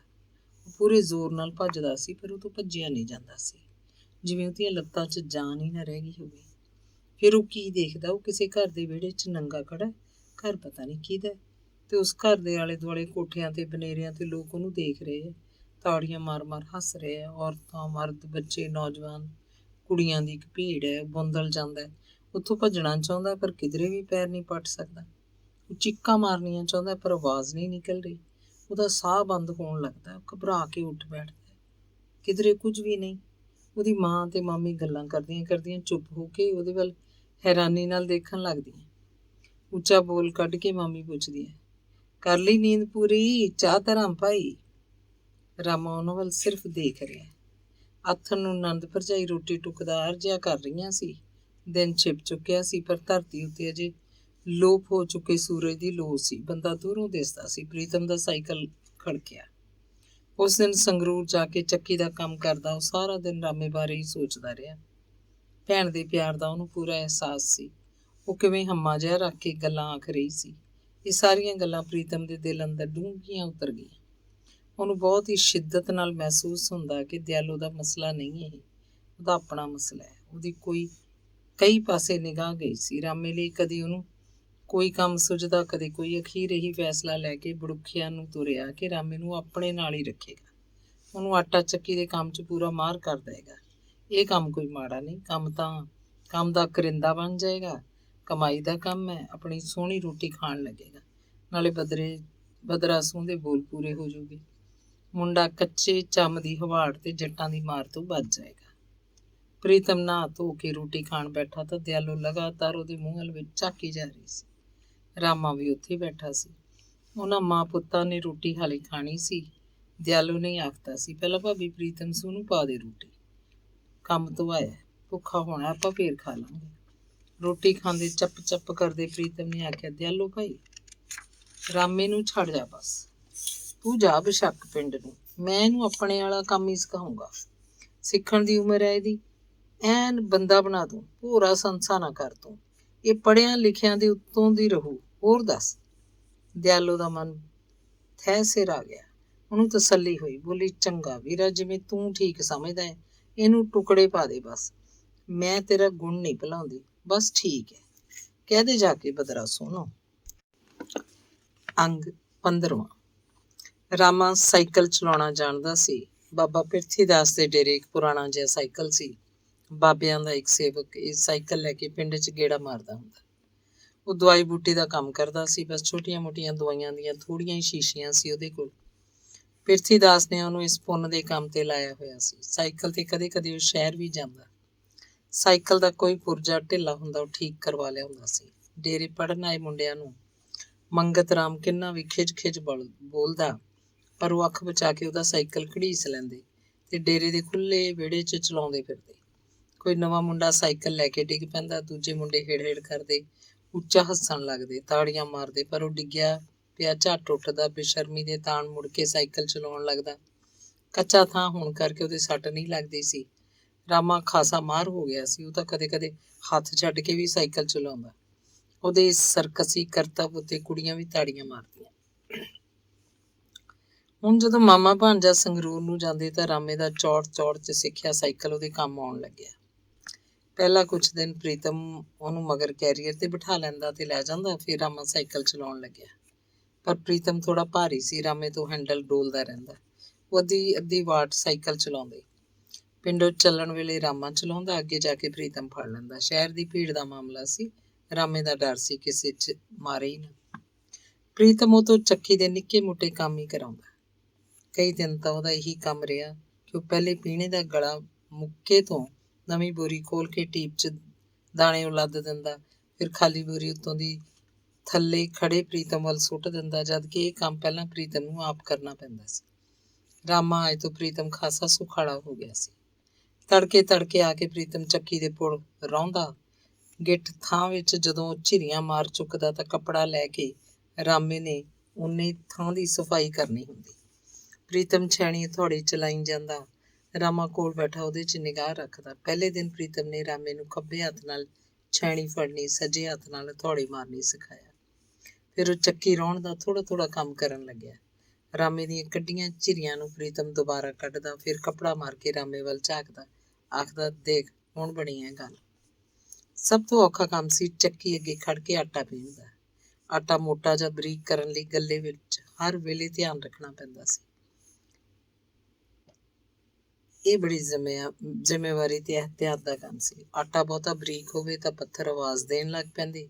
ਆਟਾ ਬਹੁਤਾ ਮੋਟਾ ਹੋ ਜਾਏ ਤਾਂ ਗਾਹਕ ਦੀ ਤਸੱਲੀ ਨਹੀਂ ਸੀ। ਇਹੀ ਨਹੀਂ, ਥੱਲੇ ਲੀਵਰ ਵੱਲ ਪੂਰਾ ਧਿਆਨ ਰੱਖਣਾ ਪੈਂਦਾ। ਪੱਥਰਾਂ ਦੇ ਫਾਸਲੇ ਨੂੰ ਲੀਵਰ ਦੀ ਚੱਕਰੀ ਕੰਟਰੋਲ ਕਰਦੀ ਸੀ। ਇਹ ਲੀਵਰ ਪੈਰ ਨਾਲ ਘੁੰਮਦਾ, ਇੱਧਰ ਉੱਧਰ ਹੁੰਦਾ, ਉੱਧਰ ਲੀਵਰ, ਉੱਧਰ ਗੱਲਾ, ਦੋਵਾਂ ਵੱਲ ਇੱਕੋ ਜਿਹਾ ਧਿਆਨ ਰੱਖਣਾ ਪੈਂਦਾ। ਫਿਰ ਨਾਲ ਦੀ ਨਾਲ ਆਟਾ ਹੱਥ ਨਾਲ ਟੋਹਣਾ ਵੀ ਪੈਂਦਾ। ਡਰ ਬਣਿਆ ਰਹਿੰਦਾ ਕਿ ਆਟਾ ਬਹੁਤਾ ਬਰੀਕ ਜਾਂ ਬਹੁਤਾ ਮੋਟਾ ਨਾ ਨਿਕਲ ਰਿਹਾ ਹੋਵੇ। ਇਸ ਕੰਮ ਨੂੰ ਸਿੱਖਣ ਲਈ ਤੇ ਪੂਰਾ ਮਾਹਰ ਹੋਣ ਲਈ ਰਾਮੇ ਨੂੰ ਕਈ ਮਹੀਨੇ ਲਾਉਣੇ ਪਏ। ਮਹੀਨੇ ਕੀ ਪੂਰਾ ਸਾਲ ਹੀ ਲੰਘ ਗਿਆ। ਇਹੀ ਤਾਂ ਅਸਲੀ ਕੰਮ ਸੀ ਆਟਾ ਚੱਕੀ ਦਾ। ਪ੍ਰੀਤਮ ਉਹਨੂੰ ਝਿੜਕਦਾ ਵੀ ਸੀ, ਖਿੱਚਦਾ, ਕਦੇ ਘਸੁੰਨ ਮੁੱਕੀ ਵੀ ਕਰ ਦਿੰਦਾ, ਗਾਲਾਂ ਕੱਢਣ ਲੱਗਦਾ। ਧੀ ਦਿਆ ਖਸਮਾ, ਚਾਰੇ ਪਾਸੇ ਨਿਗਾਹ ਕਿਉਂ ਨਹੀਂ ਰੱਖਦਾ? ਰਾਮਾ ਪ੍ਰੀਤਮ ਦਾ ਗੁੱਸਾ ਨਹੀਂ ਮੰਨਦਾ ਸੀ। ਉਹ ਆਪਣੀ ਢਈ ਪੱਗ ਨੂੰ ਦੁਬਾਰਾ ਬੰਨ੍ਹਣ ਲੱਗਦਾ ਤੇ ਨਵਾਂ ਹੌਸਲਾ ਫੜਦਾ। ਕੰਮ ਨੂੰ ਫੇਰ ਜੁਟ ਜਾਂਦਾ। ਮਾਮੇ ਭਾਂਜੇ 'ਚ ਪਿਓ ਪੁੱਤ ਵਾਲਾ ਸਬੰਧ ਸੀ। ਲਾਲੇ ਉਹਨਾਂ ਦੀ ਗੱਲ 'ਚ ਦਖਲ ਨਹੀਂ ਦਿੰਦੇ ਸੀ। ਉਹ ਪ੍ਰੀਤਮ ਨੂੰ ਉੱਚਾ ਬੋਲਦਾ ਸੁਣ ਕੇ ਪਰਾਂ ਹੋ ਜਾਂਦੇ। ਉਹ ਤਾਂ ਇਹ ਦੇਖਦੇ ਕਿ ਕੰਮ ਠੀਕ ਚੱਲ ਰਿਹਾ, ਉਹਨਾਂ ਦੀ ਮਸ਼ੀਨਰੀ ਦਾ ਕੋਈ ਨੁਕਸਾਨ ਤਾਂ ਨਹੀਂ ਹੋ ਰਿਹਾ। ਜਦੋਂ ਰਾਮਾ ਆਟਾ ਚੱਕੀ ਦਾ ਵਧੀਆ ਮਿਸਤਰੀ ਬਣ ਚੁੱਕਿਆ ਸੀ, ਫਿਰ ਤਾਂ ਪ੍ਰੀਤਮ ਨੂੰ ਉਹਦਾ ਸੁੱਖ ਹੋ ਗਿਆ। ਪ੍ਰੀਤਮ ਕੰਡੇ ਕੋਲ ਬੈਠਾ ਸੇਠ ਨਾਲ ਗੱਲਾਂ ਮਾਰੀ ਜਾਂਦਾ, ਰਾਮਾ ਆਟਾ ਚੱਕੀ ਦਾ ਕੰਮ ਸੰਭਾਲਦਾ। ਵਿੱਚ ਦੀ ਇੱਕ ਦੋ ਵਾਰ ਪ੍ਰੀਤਮ ਆਟਾ ਚੱਕੀ ਵਾਲੇ ਕਮਰੇ ਦਾ ਗੇੜਾ ਮਾਰ ਆਉਂਦਾ ਸੀ। ਬਸ ਕਿਸੇ ਦਿਨ ਐਸਾ ਵੀ ਹੁੰਦਾ ਪ੍ਰੀਤਮ ਪਿੰਡੋਂ ਆਉਂਦਾ ਹੀ ਨਹੀਂ ਸੀ। ਰਾਮਾ ਇਕੱਲਾ ਹੁੰਦਾ ਤੇ ਮਾਮੇ ਵਾਂਗ ਹੀ ਵਧੀਆ ਕੰਮ ਕਰਦਾ। ਇੰਜ ਕਰਦਿਆਂ ਕਰਾਉਂਦਿਆਂ 1 ਸਾਲ ਹੋਰ ਬੀਤ ਗਿਆ। ਕੁਝ ਮਹੀਨਿਆਂ ਤੋਂ ਪ੍ਰੀਤਮ ਨੇ ਉਹਨੂੰ ਇੱਕ ਹੋਰ ਸਾਈਕਲ ਵੀ ਲੈ ਦਿੱਤਾ ਸੀ। ਇਹ ਸਾਈਕਲ ਸੀ ਤਾਂ ਪੁਰਾਣਾ, ਪਰ ਇੰਨਾ ਪੁਰਾਣਾ ਨਹੀਂ ਸੀ। ਨਵਿਆਂ ਵਾਂਗ ਹੀ ਕੰਮ ਦਿੰਦਾ। ਉਹ ਦੋਵੇਂ ਇਕੱਠੇ ਪਿੰਡੋਂ ਗੱਲਾਂ ਕਰਦੇ ਸੰਗਰੂਰ ਪਹੁੰਚਦੇ, ਕਦੇ ਅੱਗੇ ਪਿੱਛੇ ਹੋ ਜਾਂਦੇ ਤਾਂ ਵੀ ਕੋਈ ਗੱਲ ਨਹੀਂ ਸੀ। ਜਦੋਂ ਕਦੇ ਰਾਮਾ ਸਾਈਕਲ ਤੇ ਇਕੱਲਾ ਸੰਗਰੂਰ ਨੂੰ ਆ ਰਿਹਾ ਹੁੰਦਾ ਜਾਂ ਇਕੱਲਾ ਸੰਗਰੂਰ ਤੋਂ ਬੜੁੱਖਿਆਂ ਨੂੰ ਮੁੜ ਰਿਹਾ ਹੁੰਦਾ ਤਾਂ ਉਹਨੂੰ ਆਪਣਾ ਪਿੰਡ ਚੱਠੇ ਯਾਦ ਆਉਂਦਾ। ਜਦੋਂ ਦੀ ਦਿਆਲੋ ਉਹਨੂੰ ਬੜੁੱਖੀ ਛੱਡ ਕੇ ਗਈ ਸੀ, 2 ਸਾਲਾਂ ਤੋਂ ਉੱਤੇ ਦਾ ਸਮਾਂ ਹੋ ਗਿਆ ਸੀ। ਉਹ ਸਿਰਫ 3 ਵਾਰ ਆਪਣੇ ਪਿੰਡ ਗਿਆ ਸੀ, ਉਹ ਵੀ ਬਸ ਰਾਤ ਦੀ ਰਾਤ। ਦਿਨ ਛੁਪਦੇ ਨੂੰ ਜਾਂਦਾ, ਰਾਤ ਕੱਟ ਕੇ ਤੜਕੇ ਸਦਿਆਂ ਹੀ ਬੜੁੱਖਿਆਂ ਨੂੰ ਤੁਰ ਪੈਂਦਾ। ਪਿਛਲੀ ਵਾਰ ਉਹ ਸਾਈਕਲ ਤੇ ਚੱਠਿਆਂ ਨੂੰ ਗਿਆ ਸੀ। ਹੁਣ ਸੰਗਰੂਰਾਂ ਦੇ ਰਾਹ ਫੁਰਸਤ ਦੇ ਪਲਾਂ 'ਚ ਨਾ ਮਾਂ ਯਾਦ ਆਉਂਦੀ ਇੰਨਾ ਤੇ ਨਾ ਹੀ ਪਿਓ। ਉਹਨੂੰ ਗੰਡੇ ਕੀ ਗੇਲੋ ਹਮੇਸ਼ਾ ਯਾਦ ਸੀ। ਕਦੇ ਕਦੇ ਤਾਂ ਉਹਦੇ ਦਿਮਾਗ ਨੂੰ ਇੰਨਾ ਜਕੜ ਲੈਂਦੀ ਕਿ ਉਹਦੇ ਸਾਈਕਲ ਦੇ ਪੈਡਲ ਥਾਂ ਦੀ ਥਾਂ ਥੰਮ ਜਾਂਦੇ, ਚੱਕੇ ਡੋਲਣ ਲੱਗਦੇ। ਉਹ ਆਪਣਾ ਸਾਈਕਲ ਰਾਹ 'ਤੇ ਖੜਾ ਹੀ ਕਰਕੇ ਪਰਾਂ ਖੇਤ ਦੀ ਵੱਟ ਉੱਤੇ ਜਾ ਪੈਂਦਾ। ਇੱਕ ਗੱਲ ਉਹਦੇ ਦਿਮਾਗ ਦੇ ਕਿਸੇ ਵੀ ਖਾਨੇ 'ਚ ਨਹੀਂ ਸੀ ਵੜਦੀ ਕਿ ਗੇਲੋ ਨੇ ਉਹਦੇ ਕੋਲ ਆ ਕੇ ਕੀ ਕੀਤਾ ਸੀ, ਉਹ ਕੀ ਚਾਹੁੰਦੀ ਸੀ, ਉਹ ਕਿੰਨਾ ਡਰ ਗਿਆ ਸੀ। ਪਤਾ ਨਹੀਂ ਉਹ ਕੀ ਕਰਨ ਲੱਗੀ ਸੀ ਉਹਦੇ ਨਾਲ। ਉਹਨੂੰ ਯਾਦ ਸੀ ਗੇਲੋ ਨੇ ਉਹਨੂੰ 2 ਵਾਰੀ ਮਾਰਿਆ ਵੀ ਸੀ। ਗੱਲ ਵੀ ਕੋਈ ਨਹੀਂ ਸੀ, ਬਸ ਐਵੇਂ ਬਹਾਨਾ ਜਿਹਾ ਬਣਾ ਕੇ ਉਹਨੂੰ ਤੇ ਕੁੱਟ ਦਿੱਤਾ ਸੀ। ਉਹਨੂੰ ਕਿੰਨੀ ਸ਼ਰਮ ਆਈ ਸੀ। ਇੱਕ ਕੁੜੀ ਨੇ ਉਹਨੂੰ ਕੁੱਟਤਾ। ਦੂਜੇ ਮੁੰਡੇ ਦੇਖ ਦੇਖ ਹੱਸੀ ਜਾ ਰਹੇ ਸੀ। ਉਹ ਸੋਚਦਾ ਉਹ ਤੋਂ ਛੋਟਾ ਤੇ ਕਮਜ਼ੋਰ ਹੋਣ ਕਰਕੇ ਮਾਰ ਖਾ ਗਿਆ, ਨਹੀਂ ਤਾਂ ਕੀ ਮਜਾਲ ਸੀ ਕੁੜੀ ਮੁੰਡੇ ਨੂੰ ਕੁੱਟ ਦੇਵੇ। ਕਦੇ ਉਹ ਸੋਚਦਾ ਦਲਿਤ ਹੋਣ ਕਰਕੇ ਗੇਲੋ ਨੇ ਉਹਨੂੰ ਮਾਰਿਆ ਸੀ। ਜੱਟਾਂ ਦੀਆਂ ਕੁੜੀਆਂ ਵੀ ਕਿੰਨਾ ਰੰਗੜਾਊ ਰੱਖਦੀਆਂ। ਅਗਲੇ ਦਿਨ ਦੀ ਉਹ ਸੋਚਣ ਲੱਗ ਪੈਂਦਾ ਕਿ ਉਹਨੂੰ ਹਿੱਤ ਵੀ ਤਾਂ ਕਿੰਨਾ ਕਰਦੀ ਸੀ। ਬਾਬਾ ਪਿਰਥੀ ਦਾਸ ਕਦੇ ਕਦੇ ਡੇਰੇ 'ਚ ਪਈ ਕੋਈ ਵਾਧੂ ਮਠਿਆਈ, ਲੱਡੂ, ਜਲੇਬੀ ਜਾਂ ਸ਼ੱਕਰਪਾਰੇ ਅੰਦਰੋਂ ਚੁੱਕ ਲਿਆਉਂਦੇ, ਵਿਦਿਆਰਥੀਆਂ 'ਚ ਵੰਡ ਦਿੰਦੇ। ਕਦੇ ਫਲ ਹੁੰਦੇ, ਕੇਲੇ ਆਦਿ। ਗੇਲੋ ਭੱਜ ਕੇ ਮੂਹਰੇ ਹੋ ਜਾਂਦੀ। ਉਹ ਆਪਣੇ ਆਪ ਹੀ ਸਰਦਾਰ ਬਣੀ ਰਹਿੰਦੀ। ਬਾਬੇ ਹੱਥੋਂ ਚੀਜ਼ਾਂ ਫੜਦੀ, ਮੁੰਡੇ ਕੁੜੀਆਂ ਵਿੱਚ ਵੰਡਣ ਲੱਗਦੀ। ਉਹਨੂੰ ਬਰਾਬਰ ਦਾ ਦੇ ਕੇ ਮਗਰੋਂ ਵਾਧੂ ਗੱਫਾ ਵੀ ਸੁੱਟ ਜਾਂਦੀ। ਉਹ ਨਿਗਾਹ ਰੱਖਦਾ ਸੀ। ਇਹ ਰਿਆਇਤ ਹੋਰ ਕਿਸੇ ਮੁੰਡੇ ਨਾਲ ਨਹੀਂ ਕਰਦੀ ਸੀ। ਗੁੱਸੇ ਜਿਹੇ ਨਾਲ ਆਖ ਵੀ ਜਾਂਦੀ, ਹੋਰ ਖਾ ਲੈ ਵੇ। ਉਹਨੂੰ ਯਾਦ ਆਉਂਦਾ ਡੇਰਿਓਂ ਛੁੱਟੀ ਹੋਣ ਤੋਂ ਬਾਅਦ ਉਹਨੂੰ ਹੁਕਮ ਜਿਹਾ ਚਾੜ ਕੇ ਆਪਣੇ ਨਾਲ ਨਾਲ ਤੁਰਨ ਨੂੰ ਕਹਿੰਦੀ। ਨਾ ਉਹਨੂੰ ਆਪਣੇ ਅੱਗੇ ਅੱਗੇ ਅੱਗੇ ਤੁਰਦਾ ਦੇਖਦੀ, ਨਾ ਪਿੱਛੇ ਪਿੱਛੇ। ਆਖਦੀ, ਮੇਰੇ ਬਰਾਬਰ ਹੋ ਕੇ ਤੁਰ, ਮੇਰੇ ਨਾਲ ਹੀ ਬੋਲ, ਹੋਰ ਕਿਸੇ ਮੁੰਡੇ ਜਾਂ ਕੁੜੀ ਨਾਲ ਗੱਲ ਨਾ ਕਰ। ਕਿੰਨਾ ਦਾਬਾ ਰੱਖਦੀ ਸੀ ਉਹ ਮੇਰੇ ਤੇ। ਅਜਿਹਾ ਉਹ ਇਸ ਕਰਕੇ ਕਰਦੀ ਸੀ ਕਿ ਉਹਨਾਂ ਦੇ ਘਰ ਇੱਕੋ ਪਾਸੇ ਸਨ। ਜਾਂ ਇਹ ਕੀ ਗੱਲ ਸੀ ਉਹਨੂੰ ਸਮਝ ਨਹੀਂ ਆਉਂਦੀ। ਬੜੀ ਭੈੜੀ ਸੀ ਉਹ, ਡੰਗਰਾਂ ਵਰਗੀ ਅਕਲ ਸੀ ਉਹਦੀ। ਇਹ ਕੀ ਗੱਲ ਹੋਈ ਭਲਾ? ਇੱਕ ਦਿਨ ਉਹ ਕਈ ਮੁੰਡੇ ਕੁੜੀਆਂ ਟੋਭੇ ਦੇ ਕਿਨਾਰੇ ਖੜੇ ਤਰਦੀਆਂ ਹੋਈਆਂ ਮੁਰਗਾਬੀਆਂ ਨੂੰ ਦੇਖ ਰਹੇ ਸੀ। ਮੁਰਗਾਬੀਆਂ ਕਦੇ ਝੁੰਬੀ ਮਾਰ ਕੇ ਦੂਰ ਜਾ ਨਿਕਲਦੀਆਂ, ਕੋਈ ਮੁਰਗਾਬੀ ਪਤਾ ਨਹੀਂ ਕਿੱਥੇ ਜਾ ਕੇ ਆਪਣੀ ਗਰਦਨ ਬਾਹਰ ਕੱਢਦੀ ਸੀ, ਤੇ ਕਦੇ ਕੋਈ ਮੁਰਗਾਬੀ ਪਾਣੀ 'ਚ ਉੱਡਦੀ ਤੇ ਟੋਭੇ ਦੇ ਦੂਜੇ ਕਿਨਾਰੇ ਜਾ ਕੇ ਤੇਜ਼ ਤੇਜ਼ ਤੈਰਨ ਲੱਗਦੀ। ਮੁਰਗਾਬੀਆਂ ਦੇ ਬੜਾ ਅਦਭੁਤ ਨਜ਼ਾਰਾ ਸੀ। ਬਾਬਾ ਪਿਰਥੀ ਦਾਸ ਦੇ ਉਪਦੇਸ਼ ਕਾਰਨ ਪਿੰਡ ਦਾ ਕੋਈ ਬੰਦਾ ਨਾ ਇਹਨਾਂ ਮੁਰਗਾਬੀਆਂ ਨੂੰ ਮਾਰਦਾ, ਨਾ ਇਹਨਾਂ ਦਾ ਸ਼ਿਕਾਰ ਕਰਦਾ। ਇੱਕ ਦਿਨ ਗੇਲੋ ਅਚਾਨਕ ਕਿੱਧਰੋਂ ਆ ਕੇ ਉਹਦੇ ਮਗਰ ਆ ਖੜੀ ਤੇ ਧੱਕਾ ਦੇ ਦਿੱਤਾ ਸੀ। ਉਹ ਡਿੱਗਦਾ ਡਿੱਗਦਾ ਮਸਾਂ ਬਚਿਆ। ਉਹਨੂੰ ਧੱਕਾ ਦੇ ਕੇ ਦੂਰ ਜਾ ਖੜੀ। ਦੂਜੇ ਮੁੰਡੇ ਕੁੜੀਆਂ ਉੱਚਾ ਉੱਚਾ ਹੱਸੇ। ਗੇਲੋ ਵੀ ਦੰਦ ਕੱਢ ਰਹੀ ਸੀ। ਉਹਨੂੰ ਤਰਨਾ ਨਹੀਂ ਸੀ ਆਉਂਦਾ। ਪਾਣੀ ਪਤਾ ਨਹੀਂ ਕਿੰਨਾ ਡੂੰਘਾ ਸੀ। ਉਹ ਪਾਣੀ 'ਚ ਡਿੱਗ ਪੈਂਦਾ ਤਾਂ ਕੀ ਹਾਲ ਹੁੰਦਾ ਉਹਦਾ। ਉਹ ਬਹੁਤ ਡਰ ਗਿਆ ਸੀ, ਧੰਦਕ ਗਿਆ ਸੀ, ਕੰਬੀ ਜਾ ਰਿਹਾ ਸੀ। ਉਹ ਗੇਲੋ ਨੂੰ ਤਾਂ ਕੁਝ ਕਹਿ ਨਾ ਸਕਿਆ, ਪਰ ਉਹਨੂੰ ਬਹੁਤ ਮੂਰਖ ਤੇ ਬਹੁਤ ਡੰਗਰ ਲੱਗੀ ਸੀ। ਫਿਰ ਪਿਰਥੀ ਦਾਸ ਕਿੱਧਰੋਂ ਆਇਆ, ਬੱਚਿਆਂ ਨੂੰ ਚੁੱਪ ਬਿਠਾ ਕੇ ਪੜ੍ਹਾਉਣ ਲੱਗਿਆ ਸੀ। ਉਹ 1 ਸਵਾ ਘੰਟਾ ਸਭ ਨੂੰ ਨਵੀਂ ਸੰਥਿਆ ਦਿੰਦਾ ਰਿਹਾ। ਕਿਸੇ ਕਿਸੇ ਨੂੰ ਉਹੀ ਪਾਠ ਮੁੜ ਕੇ ਯਾਦ ਕਰਨ ਨੂੰ ਆਖਦਾ, ਤੇ ਜਦੋਂ ਬਾਬਾ ਉੱਥੋਂ ਉੱਠ ਕੇ ਗਿਆ ਤਾਂ ਸਭ ਰੌਲਾ ਪਾਉਣ ਲੱਗੇ। ਪਰ ਉਹ ਚੁੱਪਚਾਪ ਬੈਠਾ ਸੀ, ਅਜੇ ਵੀ ਭੈ ਭੀਤ ਸੀ। ਕਦੇ ਕਦੇ ਗੇਲੋ ਵੱਲ ਕਹਿਰ ਭਰੀਆਂ ਅੱਖਾਂ ਨਾਲ ਝਾਕਦਾ। ਫਿਰ ਗੇਲੋ ਆਪਣੀ ਥਾਂ ਤੋਂ ਉੱਠੀ, ਹਵਾ ਦੇ ਬੁੱਲੇ ਵਾਂਗ ਭੱਜ ਕੇ ਉਹਦੇ ਕੋਲ ਆਈ, ਉਹਦੇ ਮੋਢੇ ਤੇ ਹੱਥ ਧਰ ਕੇ ਆਖਿਆ ਸੀ, ਮੇਰਾ ਵੀਰ ਸੋਹਣਾ, ਕੀ ਹੋ ਗਿਆ ਵੇ ਤੈਨੂੰ? ਉਹਦਾ ਰੋਣ ਨਿਕਲ ਗਿਆ ਸੀ। ਉਹਦੇ ਕੋਲੋਂ ਝਾਟੀ ਉੱਠੀ ਸੀ। ਦੂਜੇ ਮੁੰਡੇ ਕੁੜੀਆਂ ਵੱਲ ਬੇਮਤਲਬ ਜਿਹਾ ਝਾਕਦੀ ਉੱਥੇ ਫਿਰ ਬੈਠ ਗਈ ਤੇ ਬੋਲੀ, ਰੋਂਦਾ ਕਿਉਂ ਐ ਵੇ ਪਸ਼ੂ ਜਿਹਾ? ਰਾਮੇ ਨੂੰ ਹੁਣ ਉਹਦੀਆਂ ਗੱਲਾਂ ਯਾਦ ਆਉਂਦੀਆਂ ਤਾਂ ਉਹ ਮਨ 'ਚ ਹੀ ਕਦੇ ਹੱਸਣ ਲੱਗਦਾ, ਕਦੇ ਚੁੱਪ ਦਾ ਚੁੱਪ ਰਹਿ ਜਾਂਦਾ। ਉਹ ਕਿਹੋ ਜਿਹੀ ਕੁੜੀ ਸੀ, ਉਹਨੂੰ ਜਿਉਂਦੇ ਨੂੰ ਮਾਰ ਕੇ ਫਿਰ ਜਿਉਂਦਾ ਕਰ ਲੈਂਦੀ ਸੀ। ਕਦੇ ਉਹਦਾ ਜੀਅ ਕਰਦਾ ਉਹ ਸਿਰ ਮੈਦਾਨ ਭੱਜ ਕੇ ਆਪਣੇ ਪਿੰਡ ਪਹੁੰਚੇ ਤੇ ਗੇਲੋ ਨੂੰ ਜਾ ਮਿਲੇ। ਉਹਨੂੰ ਆਪਣਾ ਪਿੰਡ ਬੁਲਾ ਰਿਹਾ ਹੁੰਦਾ, ਅਸਲ 'ਚ ਗੇਲੋ ਉਹਨੂੰ ਬੁਲਾ ਰਹੀ ਹੁੰਦੀ। ਕਦੇ ਉਹ ਸੋਚਦਾ ਉਹ ਚੰਗਾ ਹੈ, ਗੇਲੋ ਤੋਂ ਦੂਰ ਹੈ, ਉਹਦੇ ਨਾਲ ਕੁਝ ਵੀ ਮਾੜਾ ਕਰ ਸਕਦੀ ਹੈ, ਅਕਲ ਤਾਂ ਉਹਨੂੰ ਹੈ ਨਹੀਂ। ਅੰਗ 16। ਅਗਲੇ ਦਿਨ ਰਾਮਾ ਡੇਰੇ ਨਹੀਂ ਗਿਆ ਤਾਂ ਗੇਲੋ ਉਹਨੂੰ ਉਡੀਕਦੀ ਰਹੀ ਸੀ। ਉਹਦੀਆਂ ਅੱਖਾਂ ਅੱਗੇ ਡੇਰੇ ਦੇ ਚੱਪੇ ਚੱਪੇ ਤੇ ਵਿਛੀਆਂ ਰਹੀਆਂ ਸੀ। ਪੜ੍ਹਨ ਆਏ ਮੁੰਡਿਆਂ 'ਚ ਰਾਮਾ ਨਹੀਂ ਸੀ ਤਾਂ ਉੱਥੇ ਜਿਵੇਂ ਕੋਈ ਵੀ ਨਹੀਂ ਸੀ। ਮੁੰਡਿਆਂ ਦੇ ਸਿਰਫ ਆਕਾਰ ਸਨ, ਮੂੰਹ ਸਿਰ ਕਿਸੇ ਦਾ ਵੀ ਉਹਨੂੰ ਨਹੀਂ ਸੀ ਦਿਸਦਾ। ਉਹ ਜਿਵੇਂ ਸ਼ਰਾਰਤਾਂ ਭੁੱਲ ਗਈ ਹੋਵੇ, ਉਹ ਜਿਵੇਂ ਅੱਖਰ ਉਤੋਂ ਰੁੱਸ ਕੇ ਬਹਿ ਗਏ ਹੋਣ। 5 ਗ੍ਰੰਥੀ ਦਾ ਨਾਂ ਤਾਂ ਉਹਨੇ ਪਿਛਲਾ ਪਾਠ ਪਿਰਥੀ ਦਾਸ ਨੂੰ ਸੁਣਾਇਆ ਤੇ ਨਾ ਨਵੀਂ ਸੰਥਿਆ ਲਈ। ਉਹ ਆਪਣੀ ਥਾਂ ਤੋਂ ਉੱਠ ਕੇ ਪਿਰਥੀ ਦਾਸ ਦੇ ਆਸਣ ਕੋਲ ਆਈ ਹੀ ਨਹੀਂ। ਬਾਬਾ ਉਹਦੇ ਵੱਲ ਸਿਰਫ ਝਾਕਿਆ ਸੀ। ਸਮਝ ਗਿਆ ਹੋਏਗਾ ਕਿ ਅੱਜ ਉਹਨੇ ਯਾਦ ਨਹੀਂ ਕੀਤਾ, ਐਵੇਂ ਡੇਰੇ ਆ ਗਈ ਹੈ। ਕੁੜੀਆਂ ਨੂੰ 100 ਔਰ ਗੌਰ ਹੁੰਦੇ ਆ। ਸਿਆਣਾ ਸੀ, ਕੁੜੀਆਂ ਨੂੰ ਉਹਨਾਂ ਦੀ ਬਿਮਾਰੀ ਅਧਰਿਆ ਹੋ ਕੇ ਪੁੱਛਣਾ ਠੀਕ ਨਹੀਂ ਹੁੰਦਾ। ਸਾਰੇ ਮੁੰਡੇ ਕੁੜੀਆਂ ਜਿਵੇਂ ਬੇਚੈਨ ਹੋਣ ਕਿ ਗੇਲੋ ਅੱਜ ਬਹੁਤਾ ਬੋਲਦੀ ਚੱਲਦੀ ਕਿਉਂ ਨਹੀਂ। ਉਹ ਕਿਸੇ ਨੂੰ ਝਿੜਕ ਨਹੀਂ ਸੀ ਪੈਂਦੀ, ਕਿਸੇ ਨੂੰ ਮਾਰਦੀ ਕੁੱਟਦੀ ਕਿਉਂ ਨਹੀਂ ਤਾਂ ਉਹਦਾ ਕੋਈ ਵਸਾਹ ਨਹੀਂ ਸੀ। ਇੱਕ ਗੱਲੋਂ ਸਾਰੇ ਖੁਸ਼ ਨਜ਼ਰ ਆ ਰਹੇ ਸੀ ਕਿ ਗੇਲੋ ਦੀ ਖਾਮੋਸ਼ੀ ਕਾਰਨ ਸਭ ਅਮਨ ਚੈਨ ਹੈ। ਸਿਆਣੇ ਮੁੰਡੇ ਸੋਚਦੇ ਗੇਲੋ ਇਉਂ ਕਿਉਂ ਨਹੀਂ ਕਹਿੰਦੀ ਸਿਆਣੀ ਜੀ ਬਣ ਕੇ। ਜਦੋਂ ਉਹਨੇ 5 ਗ੍ਰੰਥੀ ਸਾਰੀ ਪੜ੍ਹ ਲਈ ਤੇ 5 ਬਾਣੀਆਂ ਕੰਠ ਵੀ ਹੋ ਗਈਆਂ ਤਾਂ ਪਿਰਥੀ ਦਾਸ ਨੇ ਉਹਨੂੰ ਆਪ ਹੀ ਡੇਰੇ ਆਉਣੋਂ ਵਰਜ ਦਿੱਤਾ। ਉਹਨਾਂ ਦਿਨਾਂ 'ਚ ਉਹਨੂੰ 16ਵਾਂ ਸਾਲ ਚੜ੍ਹਿਆ ਸੀ, ਪਰ ਦੇਖਣ 'ਚ ਉਹ ਖਾਸੀ ਮੁਟਿਆਰ ਲੱਗਦੀ। ਕਾਲੀ ਸਲਵਾਰ, ਚਿੱਟੀ ਕਮੀਜ਼, ਉੱਤੇ ਨੂੰ ਚਿੱਟੀ ਚੁੰਨੀ ਲੈ ਕੇ ਆਉਂਦੀ ਤਾਂ ਕੱਪੜਿਆਂ 'ਚ ਉਹਦਾ ਸਰੀਰ ਬਾਹਰ ਨੂੰ ਝਾਕਦਾ ਰਹਿੰਦਾ ਜਿਵੇਂ ਉਹ ਪਾਟਣ ਤੇ ਆਈ ਹੋਵੇ। ਖੁੱਲ੍ਹੇ ਹੱਡ ਪੈਰ, ਝੱਕਰੇ ਜਿਹਾ, ਚੌੜਾ ਫੁੱਲਵਾਂ ਮੂੰਹ, ਅੱਖਾਂ 'ਚ ਅੱਗ ਤੇ ਮਸਤੀ, ਜਿਹਦੇ ਵੱਲ ਵੀ ਝਾਕਦੀ ਨੀਵੀਂ ਪੁਆ ਦਿੰਦੀ। ਬਾਬਾ ਪਿਰਥੀ ਚੰਦ ਨੂੰ ਉਹ ਤੋਂ ਭੈ ਆਉਂਦਾ ਸੀ। ਬਾਬਿਆਂ ਨੂੰ ਸੰਸਾ ਸੀ ਕਿ ਕਿਤੇ ਕੁੜੀ ਡੇਰੇ ਨੂੰ ਭਸਮ ਨਾ ਕਰ ਦੇ। ਗੇਲੋ ਫੂਸ ਵਿੱਚ ਅੱਗ ਸੀ। ਹਵਾ ਦਾ ਬੁੱਲਾ ਆਇਆ ਨਹੀਂ, ਲੰਬੂ ਨਿਕਲੇ ਨਹੀਂ। ਇੱਕ ਦਿਨ ਝਕਦਾ ਬੋਲਿਆ ਸੀ, ਤੂੰ ਪੁੱਤਰ ਗੁਰਮੇਲ ਕੌਰ ਭਾਈ, ਹੁਣ ਬੇਸ਼ੱਕ ਨਾ ਆਇਆ ਕਰ, ਤੇਰੀ ਪੜ੍ਹਾਈ ਸੰਪੂਰਨ ਹੋ ਚੁੱਕੀ। ਤੜਕੇ ਉੱਠ ਕੇ ਜਪਜੀ ਸਾਹਿਬ ਦਾ ਪਾਠ ਨਹੀਂ ਭੁੱਲਣਾ, ਬੁੱਧੀ ਦਾ ਨਿਰਮਾਣ ਹੁੰਦਾ ਧੀਏ। ਗੇਲੋ ਬਾਬਿਆਂ ਦੇ ਚਿਹਰੇ ਵੱਲ ਸ਼ਾਂਤ ਚਿੱਤ ਦੇਖਦੀ ਰਹਿੰਦੀ। ਫਿਰ ਬੋਲੀ, ਚੰਗਾ ਬਾਬਾ ਜੀ, ਕਦੇ ਕਦੇ ਤਾਂ ਆ ਜਾਇਆ ਕਰਾਂ। ਹਾਂ, ਕਦੇ ਕਦੇ, ਕੋਈ ਡਰ ਨਹੀਂ ਬੇਟਾ। ਭੋਗ ਵਾਲੇ ਦਿਨ ਕੋਈ ਗੁਰਪੁਰਬ ਹੋਵੇ, ਸ਼ਰਧਾ ਭਾਵ ਰੱਖੀ ਪੁੱਤਰ, ਆਇਆ ਕਰੀ। ਪਰਮਾਤਮਾ ਤੈਨੂੰ ਸਮੱਤ ਬਖਸ਼ੇ। ਬਾਬਾ ਪਿਰਥੀ ਦਾਸ ਆਪਣੀ ਪੜ੍ਹਾਈ ਸੰਪੂਰਨ ਕਰ ਚੁੱਕੇ ਵਿਦਿਆਰਥੀ ਨੂੰ ਇੱਦਾਂ ਦੀ ਸਿੱਖਿਆ ਦਿਆ ਕਰਦਾ ਸੀ। ਗੇਲੋ, ਨਹੀਂ ਤੂੰ ਹੁਣ ਚਾਦਰ ਕੱਢ ਲਿਆ ਕਰ, ਜਾਂ ਆਪਾਂ ਦਰੀਆਂ ਬੁਣ ਲੈਣੀਆਂ, ਤੇਰੇ ਕੰਮ ਆਉਣਗੀਆਂ। ਮਾਂ ਜਿਹੀ ਭਰਜਾਈ ਗੁਰਮੀਤ ਕੌਰ ਨੇ ਇੱਕ ਦਿਨ ਉਹਨੂੰ ਉਦਾਸ ਵਿਹਲੀ ਬੈਠੀ ਨੂੰ ਵੇਖ ਕੇ ਕਿਹਾ। ਗੇਲੋ ਉਹਦੇ ਵੱਲ ਗੌਰ ਨਾਲ ਝਾਕ ਕੇ ਪੁੱਛਣ ਲੱਗੀ, ਭਾਬੀ ਅੱਡਾ ਕਿੱਥੇ ਲਾਵਾਂਗੀ? ਆਪਣੇ ਇੰਨੀ ਥਾਂ ਤਾਂ ਹੈ ਨਹੀਂ ਦਰੀ ਲਾਉਣ ਨੂੰ। ਥਾਂ ਹੀ ਥਾਂ ਹੈ, ਆ ਖੇਤ ਜਿੱਡਾ ਤਾਂ ਘਰ ਹੈ ਆਪਣਾ। ਅੱਡਾ ਜਿੱਥੇ ਮਰਜ਼ੀ ਲਾ ਲੈ, ਦੋਵੇਂ ਸਬਾਤਾਂ ਪਈਆਂ ਨੇ, ਇੱਕ ਸਬਾਤ 'ਚ ਲਾ ਲੈਂਦੀ ਹੈ, ਚਾਹੇ ਵਰਾਂਡੇ 'ਚ ਲਾ ਲੈ।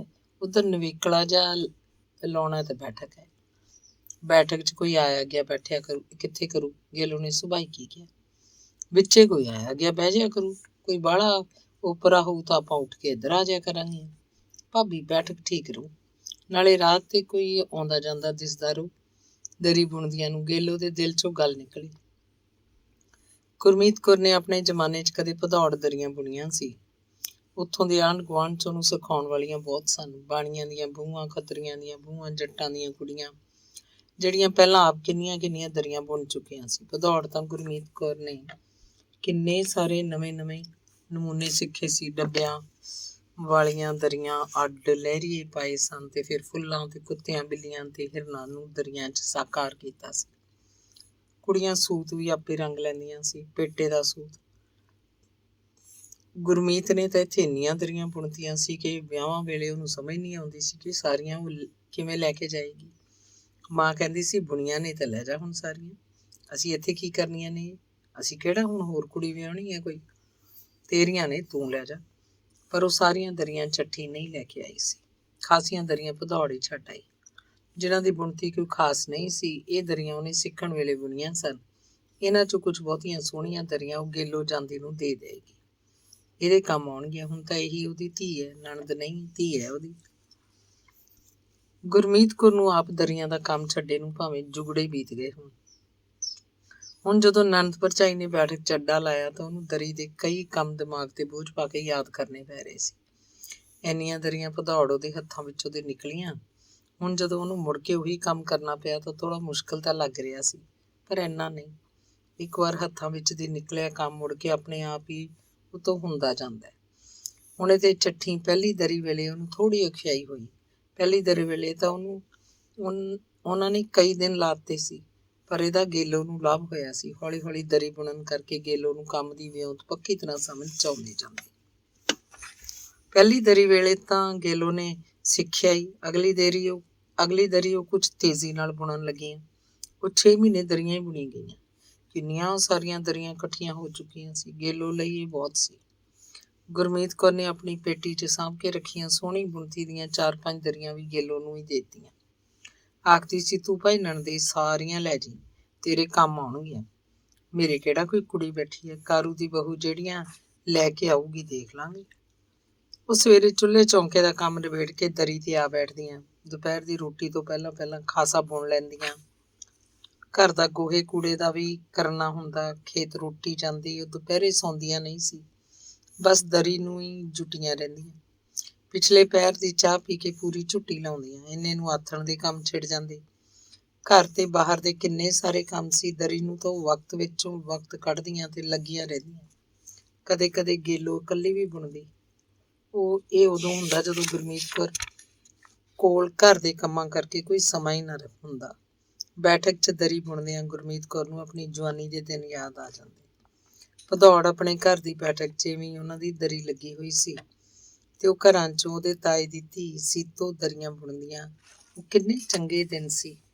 ਉਹ ਦਰੀਆਂ ਬੁਣਦੀਆਂ, ਗਾਉਂਦੀਆਂ ਵੀ, ਬੋਲੀਆਂ ਟੱਪੇ ਕਿੰਨਾ ਕੁਝ। ਸੀਤੋ ਤੋਂ ਛੋਟੀ ਸੀ, ਕੱਦ ਦੀ ਵੀ ਮਧਰੀ, ਪਰ ਅੱਖਾਂ ਵੱਡੀਆਂ ਵੱਡੀਆਂ ਮੋਟੀਆਂ, ਜਿਵੇਂ ਢਾਂਡੇ ਦੀ ਅੱਖ ਹੋਵੇ। ਸੀਤੋ ਨੂੰ ਬੋਲੀਆਂ ਬਹੁਤ ਯਾਦ ਸੀ। ਉਹ ਆਪ ਵੀ ਗਾਉਂਦੀ ਤੇ ਉਹਦੀਆਂ ਤਾਂ ਅੱਖਾਂ ਵੀ ਗਾ ਰਹੀਆਂ ਹੁੰਦੀਆਂ, ਗੱਲਾਂ ਕਰਦੀਆਂ ਅੱਖਾਂ। ਉਹਨਾਂ ਦਾ ਘਰ ਗਲੀ ਤੇ ਸੀ। ਗਲੀ ਖਾਸੀ ਵਗਦੀ ਸੀ। ਆਉਂਦੇ ਜਾਂਦੇ ਲੋਕ ਉਹਨਾਂ ਦੀ ਬੈਠਕ ਵੱਲ ਝਾਕ ਕੇ ਲੰਘਦੇ। ਕੋਈ ਤਾਂ ਪੈਰ ਮਲ ਕੇ ਅਗਾਂਹ ਤੁਰਦੇ, ਜਿਵੇਂ ਉਹਨਾਂ ਦੀਆਂ ਅੱਖਾਂ ਰੱਜੀਆਂ ਨਾ ਹੋਣ। ਖੱਤਰੀਆਂ ਦਾ ਉਹ ਲੰਡਰ ਜਿਹਾ ਮੁੰਡਾ ਰਾਜਕੁਮਾਰ ਕਈ ਗੇੜੇ ਮਾਰਦਾ। ਨਹਾ ਧੋ ਕੇ, ਸਿਰ ਦੇ ਪਟੇ ਵਾਹ ਕੇ, ਵਿਚਾਲੇ ਟੇਢਾ ਚੀਰ ਕੱਢ ਕੇ ਇੱਕ ਗੇੜਾ ਤਾਂ ਉਹ ਤੜਕੇ ਹੀ ਮਾਰ ਜਾਂਦਾ, ਜਦੋਂ ਹਾਲੇ ਉਹ ਦਰੀ ਤੇ ਬੈਠੀਆਂ ਵੀ ਨਹੀਂ ਹੁੰਦੀਆਂ ਸੀ। ਤੇ ਇੱਧਰੋਂ ਆਉਂਦਾ ਜਾਂ ਉੱਧਰੋਂ ਆਉਂਦਾ, ਜਾਂਦਾ ਜਾਂਦਾ ਬੈਠਕ ਤੇ ਬਾਹਰ ਅੱਗੇ ਇੱਕ ਪਲ ਖੜਦਾ, ਉੱਡਦੀ ਜੀ ਨਜ਼ਰ ਨਾਲ ਝਾਕਦਾ, ਜਿਵੇਂ ਕੁਝ ਆਖਣਾ ਚਾਹੁੰਦਾ ਹੋਵੇ ਤੇ ਅੱਗੇ ਤੁਰ ਜਾਂਦਾ। ਸੀਤੋ ਉਹਨੂੰ ਦੇਖ ਕੇ ਹੱਸ ਪੈਂਦੀ, ਹਿੜੇੜ ਕਰਕੇ ਦੰਦ ਕੱਢਦੀ। ਰਾਜਕੁਮਾਰ ਸੀਤੋ ਦੇ ਚਿੱਟੇ ਦੰਦ ਵੇਖਣੀ ਜਿਵੇਂ ਆਉਂਦਾ ਹੋਵੇ। ਉਹ ਗਾਉਣ ਲੱਗਦੀ, ਪੂਣੀਆਂ ਮੈਂ, ਪੂਣੀਆਂ ਮੈਂ, ਪੂਣੀਆਂ ਮੈਂ, ਚਾਰ ਕੱਤੀਆਂ ਟੁੱਟ ਪੈਣੇ ਦਾ 15ਵਾਂ ਗੇੜਾ। ਤੇ ਫਿਰ ਆਪ ਹੀ ਦੂਜਾ ਟੱਪਾ ਆਖਦੀ, ਨੀ ਮੇਰੀ ਪਹਿਲੀ ਪੂਣੀ, ਨੀ ਮੇਰੀ ਪਹਿਲੀ ਪੂਣੀ। ਫਿਰ ਮੈਨੂੰ ਕੂਣੀ ਮਾਰਦੀ, ਹੁਣ ਤੂੰ ਬੋਲ, ਯਾਰ ਦਾ ਚੌਥਾ ਗੇੜਾ, ਯਾਰ ਦਾ ਚੌਥਾ ਗੇੜਾ। ਇਹ ਦੋਵੇਂ ਟੱਪੇ ਉਹ ਦਿਨ 'ਚ ਕਈ ਵਾਰ ਗਾਉਂਦੀਆਂ ਸਨ ਤੇ ਹੱਸਦੀਆਂ। ਸੀਤੋ ਦਾ ਵੱਡਾ ਭਾਈ ਹਮੀਰ ਆਪਣੀ ਭੈਣ ਤੇ ਨਿਗਾਹ ਰੱਖਦਾ ਸੀ। ਗਲੀ 'ਚ ਖੱਤਰੀਆਂ ਦਾ ਮੁੰਡਾ ਰਾਜਕੁਮਾਰ ਗੇੜਾ ਮਾਰਦਾ, ਉਹਦੀ ਨਜ਼ਰ ਚੜ੍ਹ ਚੁੱਕਿਆ ਸੀ। ਉਹਨੂੰ ਪੱਕਾ ਸ਼ੱਕ ਸੀ ਕਿ ਉਹ ਇਹਨਾਂ ਕੁੜੀਆਂ ਕਰਕੇ ਇੱਧਰ ਆਉਂਦਾ। ਉਹਨਾਂ ਦਾ ਘਰ ਤਾਂ ਬਾਜ਼ਾਰ 'ਚ ਕਿਧਰੇ ਸੀ। ਹਮੀਰ ਸੋਚਦਾ, ਬੜੀ ਸ਼ਿੱਦਤ ਨਾਲ ਸੋਚਦਾ, ਕਿ ਇਹ ਮੁੰਡਾ ਇੱਧਰ ਅਗਵਾੜ 'ਚ ਏਡੀ ਦੂਰ ਕੀ ਕਰਨ ਆਉਂਦਾ। ਇੱਕ ਦਿਨ ਦੁਪਹਿਰੇ ਜੇ ਜਦੋਂ ਕੁੜੀਆਂ ਦਰੀ ਬੁਣ ਰਹੀਆਂ ਸੀ, ਰਾਜਕੁਮਾਰ ਗਲੀ 'ਚ ਸੀਟੀਆਂ ਵਜਾਉਂਦਾ ਆਇਆ ਤਾਂ ਹਮੀਰ ਨੇ ਅੱਗਾ ਦੇਖਿਆ ਨਾ ਪਿੱਛਾ ਉਹਨੂੰ ਢਾਹ ਲਿਆ। ਹਮੀਰ ਤਾਂ ਉਹ ਤੋਂ ਦੁੱਗਣਾ ਤਕੜਾ ਸੀ। ਹਮੀਰ ਆਖ ਰਿਹਾ ਸੀ, ਤੂੰ ਓਏ ਕੁੱਤਿਆ ਇੱਧਰ ਕੀ ਕਰਨ ਆਉਣਾ ਏਡੀ ਦੂਰ ਚੱਲ ਕੇ। ਹਮੀਰ ਨੇ ਮੁੱਕੀਆਂ ਮਾਰ ਮਾਰ ਰਾਜਕੁਮਾਰ ਦੀਆਂ ਵੱਖੀਆਂ ਸੇਕਤੀਆਂ, ਸਿਰ 'ਚ ਛਿੱਤਰ ਮਾਰੇ। ਰਾਜਕੁਮਾਰ ਹੱਥ ਬੰਨੀ ਖੜਾ ਸੀ, ਆਖ ਰਿਹਾ ਸੀ, ਸਗੋਂ ਗਿੜਗਿੜਾ ਰਿਹਾ ਸੀ, ਉਹ ਅੱਗੋਂ ਤੋਂ ਕਦੇ ਇੱਧਰ ਨਹੀਂ ਮੂੰਹ ਕਰੇਗਾ। ਕੁੜੀਆਂ ਨੇ ਗੀਤ ਬੰਦ ਕਰਕੇ ਦਰੀ ਦੇ ਤਾਣੇ 'ਚ ਪੇਟੇ ਦਾ ਸੂਤ ਠੋਕਣ ਵਾਲਾ ਹੱਥਾਂ ਦਬ ਦਬ ਕੇ ਮਾਰਨਾ ਸ਼ੁਰੂ ਕਰਤਾ, ਇੰਨਾ ਜ਼ੋਰ ਦੀ ਕਿ ਹੱਥੀ ਦੀ ਆਵਾਜ਼ ਨਾਲ ਬੈਠਕ ਦੀਆਂ ਕੰਧਾਂ ਬੋਲਣ ਲੱਗਦੀਆਂ। ਗੁਰਮੀਤ ਕੌਰ ਦੇ ਅੰਦਰੋਂ ਕਿਧਰੋਂ ਹੀ ਸ਼ਬਦ ਜਾਗੇ ਸਨ, ਆਸ਼ਕ ਦਾ ਕੀ ਮਾਰਨਾ ਜਿਹੜਾ ਝਿੜਕਦਿਆਂ ਮਰ ਜਾਵੇ। ਰਾਜਕੁਮਾਰ ਮੁੜ ਕੇ ਕਦੀ ਉਸ ਗਲੀ 'ਚ ਨਹੀਂ ਆਇਆ ਸੀ। ਹੁਣ ਜਦੋਂ ਚੱਠੀ ਨਣਦ ਭਰਜਾਈ ਆਪਣੇ ਘਰ ਦੀ ਬੈਠਕ 'ਚ ਦਰੀ ਬੁਣਦੀਆਂ ਤਾਂ ਗੁਰਮੀਤ ਕੌਰ ਦੇ ਚਿੱਤ 'ਚ ਲੂਰਾਂ ਜਿਹੀਆਂ ਉੱਠਦੀਆਂ। ਉਹ ਚਾਹੁੰਦੀ ਕਿ ਗੇਲੋ ਸੀਤੋ ਵਾਂਗ ਹੀ ਗਾਵੇ, ਉਹਦੇ ਵਾਂਗ ਹੀ ਨੱਚੇ ਟੱਪੇ। ਇੱਕ ਦਿਨ ਗੁਰਮੀਤ ਮੂੰਹ 'ਚ ਹੀ ਗੁਣਗੁਣਾਉਣ ਲੱਗੀ, ਪੂਣੀਆਂ ਮੈਂ, ਪੂਣੀਆਂ ਮੈਂ, ਪੂਣੀਆਂ ਮੈਂ, ਚਾਰ ਕੱਤੀਆਂ ਟੁੱਟ ਪੈਣੇ ਦਾ 15ਵਾਂ ਗੇੜਾ। ਗੇਲੋ ਹੱਥਾਂ ਮਾਰਦੀ ਉਹਦੇ ਮੂੰਹ ਵੱਲ ਝਾਕਣ ਲੱਗੀ, ਸੋਚ ਰਹੀ ਹੋਏਗੀ, ਅੱਜ ਇਹ ਕੀ ਹੋ ਗਿਆ ਭਾਬੀ ਨੂੰ। ਗੁਰਮੀਤ ਕੌਰ ਨੇ ਦੂਜਾ ਟੱਪਾ ਗਾਉਣ ਵੇਲੇ ਗੇਲੋ ਨੂੰ ਕਿਹਾ, ਤੂੰ ਵੀ ਗਾ ਨੀ ਗੇਲੋ, ਨੀ ਮੇਰੀ ਪਹਿਲੀ ਪੂਣੀ, ਨੀ ਮੇਰੀ ਪਹਿਲੀ ਪੂਣੀ। ਗੁਰਮੀਤ ਗਾ ਰਹੀ ਸੀ, ਫਿਰ ਉਹਨੇ ਗੇਲੋ ਦੇ ਕੂਣੀ ਲਾਈ, ਤੂੰ ਵੀ ਆਖ, ਜਾਰ ਦਾ ਚੌਥਾ ਗੇੜਾ, ਜਾਰ ਦਾ ਚੌਥਾ ਗੇੜਾ। ਦੋਵਾਂ ਨੇ ਗਾਇਆ ਤੇ ਫਿਰ ਗੁਰਮੀਤ ਨੇ ਪਹਿਲਾ ਟੱਪਾ ਛੋਹ ਲਿਆ, ਪੂਣੀਆਂ ਮੈਂ, ਪੂਣੀਆਂ ਮੈਂ। ਦੋਵੇਂ ਟੱਪੇ ਨਣਦ ਭਰਜਾਈ ਨੇ ਦੁਬਾਰਾ ਗਾਏ। ਬੈਠਕ 'ਚ ਜਿਵੇਂ ਨਵੀਂ ਜ਼ਿੰਦਗੀ ਧੜਕ ਪਈ ਹੋਵੇ, ਨਹੀਂ ਤਾਂ ਪਹਿਲਾਂ ਹੱਥਿਆਂ ਦੀ ਠਕ ਠਕ ਸੀ ਬਸ। ਗੇਲੋ ਨੂੰ ਲੱਗਿਆ ਜਿਵੇਂ ਉਹਨਾਂ ਦੀ ਬੈਠਕ ਦੇ ਬਾਹਰ ਅੱਗੋਂ ਦੀ ਸੱਚਮੁੱਚ ਕੋਈ ਲੰਘਿਆ ਹੋਵੇ। ਸਾਈਕਲ ਉੱਤੇ ਸੀ, ਚਿੱਟਾ ਕੁੜਤਾ ਪਜਾਮਾ, ਸੰਧੂਰੀ ਪੱਗ। ਭਾਬੀ ਦਰੀ ਉੱਤੋਂ ਉੱਠ ਕੇ ਬਰਾਂਡੇ ਵੱਲ ਕਿਸੇ ਕੰਮ ਗਈ ਤਾਂ ਗੇਲੋ ਨੇ ਬਾਹਰ ਜਾ ਕੇ ਦੇਖਿਆ, ਕੋਈ ਵੀ ਨਹੀਂ ਸੀ। ਰਾਹ ਦੂਰ ਤੱਕ ਸੁੰਨਾ ਪਿਆ ਸੀ, ਨਾ ਕੋਈ ਆ ਰਿਹਾ ਸੀ, ਨਾ ਕੋਈ ਜਾ ਰਿਹਾ ਸੀ। ਅੰਗ 17ਵਾਂ। ਦਰੀਆਂ ਤੋਂ ਬਾਅਦ ਬੈਠਕ ਵਿੱਚੋਂ ਅੱਡਾ ਉਹਨਾਂ ਨੇ ਪੱਟ ਦਿੱਤਾ। ਹੁਣ ਉੱਥੇ ਪਹਿਲਾਂ ਵਾਂਗ ਹੀ ਬੈਠਣ ਉੱਠਣ ਨੂੰ ਥਾਂ ਬਣਾ ਲਿਆ। ਫਿਰ ਗੁਰਮੀਤ ਕੌਰ ਨੇ ਗੇਲੋ ਨੂੰ ਨਾਲੇ ਬੁਣਨ ਲਾ ਦਿੱਤਾ। ਬਰਾਂਡੇ 'ਚ ਮੰਜਾ ਖੜਾ ਕਰਕੇ ਗੇਲੋ ਨਾਲਾ ਬੁਣਦੀ। ਰੰਗ ਬਿਰੰਗੇ ਨਾਲੇ, ਕੋਈ ਪਤਲੇ, ਕੋਈ ਮੋਟੇ ਮਜ਼ਬੂਤ, ਫੁੱਲਾਂ ਨਾਲ ਨਾਲੇ, ਘੱਗਰੇ ਦੇ ਨਾਲੇ, ਸ਼ੀਸ਼ਿਆਂ ਵਾਲੇ। ਉਹਨਾਂ ਦਿਨਾਂ 'ਚ ਘੱਗਰਾ ਪਾਉਣ ਦਾ ਰਿਵਾਜ ਹੈਗਾ ਸੀ।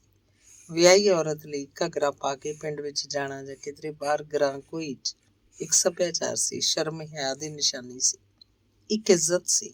ਚਿੱਟੇ, ਪੀਲੇ, ਕਾਲੇ ਘੱਗਰੇ ਹਰ ਪੇਂਡੂ ਘਰ 'ਚ ਹੁੰਦੇ। ਕੁੜੀਆਂ ਵਿਆਹ ਤੋਂ ਪਹਿਲਾਂ ਸਾਰਾ ਸਮਾਨ ਤਿਆਰ ਕਰਦੀਆਂ, ਜਿਹੜਾ ਸਹੁਰੀ ਜਾ ਕੇ ਉਹਦੀ ਸਾਰੀ ਉਮਰ ਕੰਮ ਆਉਣਾ ਹੁੰਦਾ। ਆਪਣਾ ਸਮਾਨ, ਆਪਣੇ ਪ੍ਰਾਹੁਣੇ ਦਾ ਸਮਾਨ, ਸੱਸ ਸਹੁਰੇ ਲਈ ਚੀਜ਼ਾਂ ਵੀ। ਗੁਰਮੀਤ ਕੌਰ ਸਿਆਣੀ ਸੀ, ਇੱਕ ਦਾਨੀ ਤੀਵੀਂ ਸੀ। ਇਹ ਗੇਲੋ ਨੂੰ ਮੱਤਾਂ ਦਿੰਦੀ ਰਹਿੰਦੀ। ਉਹ ਤੇ ਉਹਦਾ ਸਮਾਨ ਤਿਆਰ ਕਰਾਉਂਦੀ ਰਹਿੰਦੀ, ਆਪ ਵੀ ਨਾਲ ਲੱਗਦੀ। ਇਸ ਬਹਾਨੇ ਗੇਲੋ ਦਾ ਲਕਾ ਤੁਕਾ ਵੀ ਬਣੀ ਜਾਂਦਾ। ਇਕੱਠਾ ਬਣਾਉਣਾ ਔਖਾ ਹੁੰਦਾ। ਇਸ ਬਹਾਨੇ ਗੇਲੋ ਰੁੱਝੀ ਵੀ ਰਹਿੰਦੀ। ਇਹ ਸਿਆਣਿਆਂ ਦਾ ਆਖਣਾ ਸੀ ਕਿ ਧੀ ਪੁੱਤ ਜਵਾਨੀ ਦੇ ਦਿਨਾਂ 'ਚ ਜੇ ਰੁੱਝਿਆ ਰਹੇ ਤਾਂ ਉਹਦੀ ਅਗਲੀ ਜ਼ਿੰਦਗੀ ਠੀਕ ਬੀਤਦੀ ਹੈ। ਜਿਹੜਾ ਜਵਾਕ ਜਵਾਨੀ ਦੇ ਉੱਪਰ ਉਮਰ ਵਿੱਚ ਹੀ ਅਲੱਥ ਹੋ ਜਾਏ, ਉਹਦਾ ਅਗਲਾ ਸਾਰਾ ਜੀਵਨ ਵਿਅਰਥ ਹੋ ਕੇ ਰਹਿ ਜਾਂਦਾ ਹੈ। ਗੇਲੋ ਛੋਪ ਵੀ ਕੱਤਣ ਲੱਗੀ, ਕੱਤ ਸੂਤਾਂ ਦਾ ਢੇਰ ਲਾਤਾ। ਉਹ ਦਿਨ ਵੇਲੇ ਇਕੱਲੀ ਕੱਤਦੀ, ਵਰਾਂਡੇ 'ਚ ਚਰਖਾ ਡਾਹ ਲੈਂਦੀ, ਕਦੇ ਬੈਠਕ ਵਿੱਚ ਚਰਖਾ ਡਾਹੁੰਦੀ। ਕੁੜੀਆਂ ਰਾਤਾਂ ਨੂੰ ਛੋਪ ਕੱਤਦੀਆਂ। ਆਮ ਤੌਰ 'ਤੇ ਇਹ ਹੁੰਦਾ ਜਦੋਂ ਸਿਆਲ ਦੀਆਂ ਰਾਤਾਂ ਹੁੰਦੀਆਂ, ਗੂੜ੍ਹੇ ਸਿਆਲ ਦੀਆਂ ਰਾਤਾਂ, ਜਾਂ ਅੰਦਰ ਸਬਾਤਾਂ 'ਚ ਬੈਠਣ ਨੂੰ ਸੋਹਣੀ ਰੁੱਤ ਹੁੰਦੀ। ਗਿੱਲ ਪੱਤੀ ਦੀਆਂ ਕੁੜੀਆਂ ਬਖਤੌਰੇ ਕੇ ਘਰ ਵੀ ਛੋਪ ਪਾਉਂਦੀਆਂ ਸੀ। ਗੇਲੋ ਦੂਜੇ ਘਰਾਂ 'ਚ ਵੀ ਰਾਤਾਂ ਨੂੰ ਛੋਪ ਕੱਤਣ ਜਾਂਦੀ। ਉਹ ਸਾਰੀ ਰਾਤ ਚਰਖਾ ਕੱਤਦੀਆਂ, ਗੀਤ ਗਾਉਂਦੀਆਂ, ਗੀਤਾਂ ਵਿੱਚ ਹੀ ਰਾਤ ਨਿਕਲ ਜਾਂਦੀ। ਕਈ ਵਾਰ ਚਾਹ ਧਰਦੀਆਂ, ਚੋਲਾ ਕਰਕੇ ਵੀ ਖਾਂਦੀਆਂ, ਕੜਾਹ, ਸੇਵੀਆਂ ਜਾਂ ਕੁਝ ਹੋਰ ਮਿੱਠਾ। ਗੇਲੋ ਰੋਟੀ ਟੁੱਕ ਵੀ ਕਰਦੀ। ਘਰ ਦੇ ਹੋਰ ਸਭ ਨਿੱਕੇ ਮੋਟੇ ਕੰਮ, ਪਸ਼ੂਆਂ ਦਾ ਗੋਹਾ ਕੂੜਾ ਵੀ ਮਿੰਟਾਂ ਸਕਿੰਟਾਂ 'ਚ ਸਾਰਾ ਵਿਹੜਾ ਸੰਭਰ ਦਿੰਦੀ। ਉਹ ਘਰ 'ਚ ਕਿਧਰੇ ਵੀ ਕੰਮ ਕਰ ਰਹੀ ਹੁੰਦੀ, ਨਿਗਾਹ ਉਹਦੀ ਬਾਹਰ ਅੱਗੋਂ ਦੀ ਲੰਘਦੇ ਰਾਹ ਤੇ ਹੁੰਦੀ। ਵਰਾਂਡੇ 'ਚ ਬੈਠੀ ਮੂੰਹ ਘਰ ਦੇ ਬਾਰ ਉੱਤੇ ਰੱਖਦੀ। ਬਾਹਰ ਦੇ ਵੱਡੇ ਵੱਡੇ ਤਖਤੇ ਆਮ ਤੌਰ ਤੇ ਖੁੱਲ੍ਹੇ ਹੀ ਰਹਿੰਦੇ ਸੀ। ਬਸ ਰਾਤ ਨੂੰ ਬਾਰ ਬੰਦ ਕੀਤਾ ਜਾਂਦਾ। ਰਾਤ ਨੂੰ ਅਵਾਰਾ ਪਸ਼ੂਆਂ ਦੇ ਘਰ ਅੰਦਰ ਆ ਵੜਨ ਦਾ ਡਰ ਰਹਿੰਦਾ। ਚੋਰੀਆਂ ਵੀ ਹੁੰਦੀਆਂ ਰਹਿੰਦੀਆਂ ਸੀ। ਗੇਲੋ ਦੁਪਹਿਰ ਵੇਲੇ ਜਾਂ ਕਦੇ ਵੀ ਬੈਠਕ 'ਚ ਬੈਠ ਕੇ ਕੰਮ ਕਰਨਾ ਚਾਹੁੰਦੀ।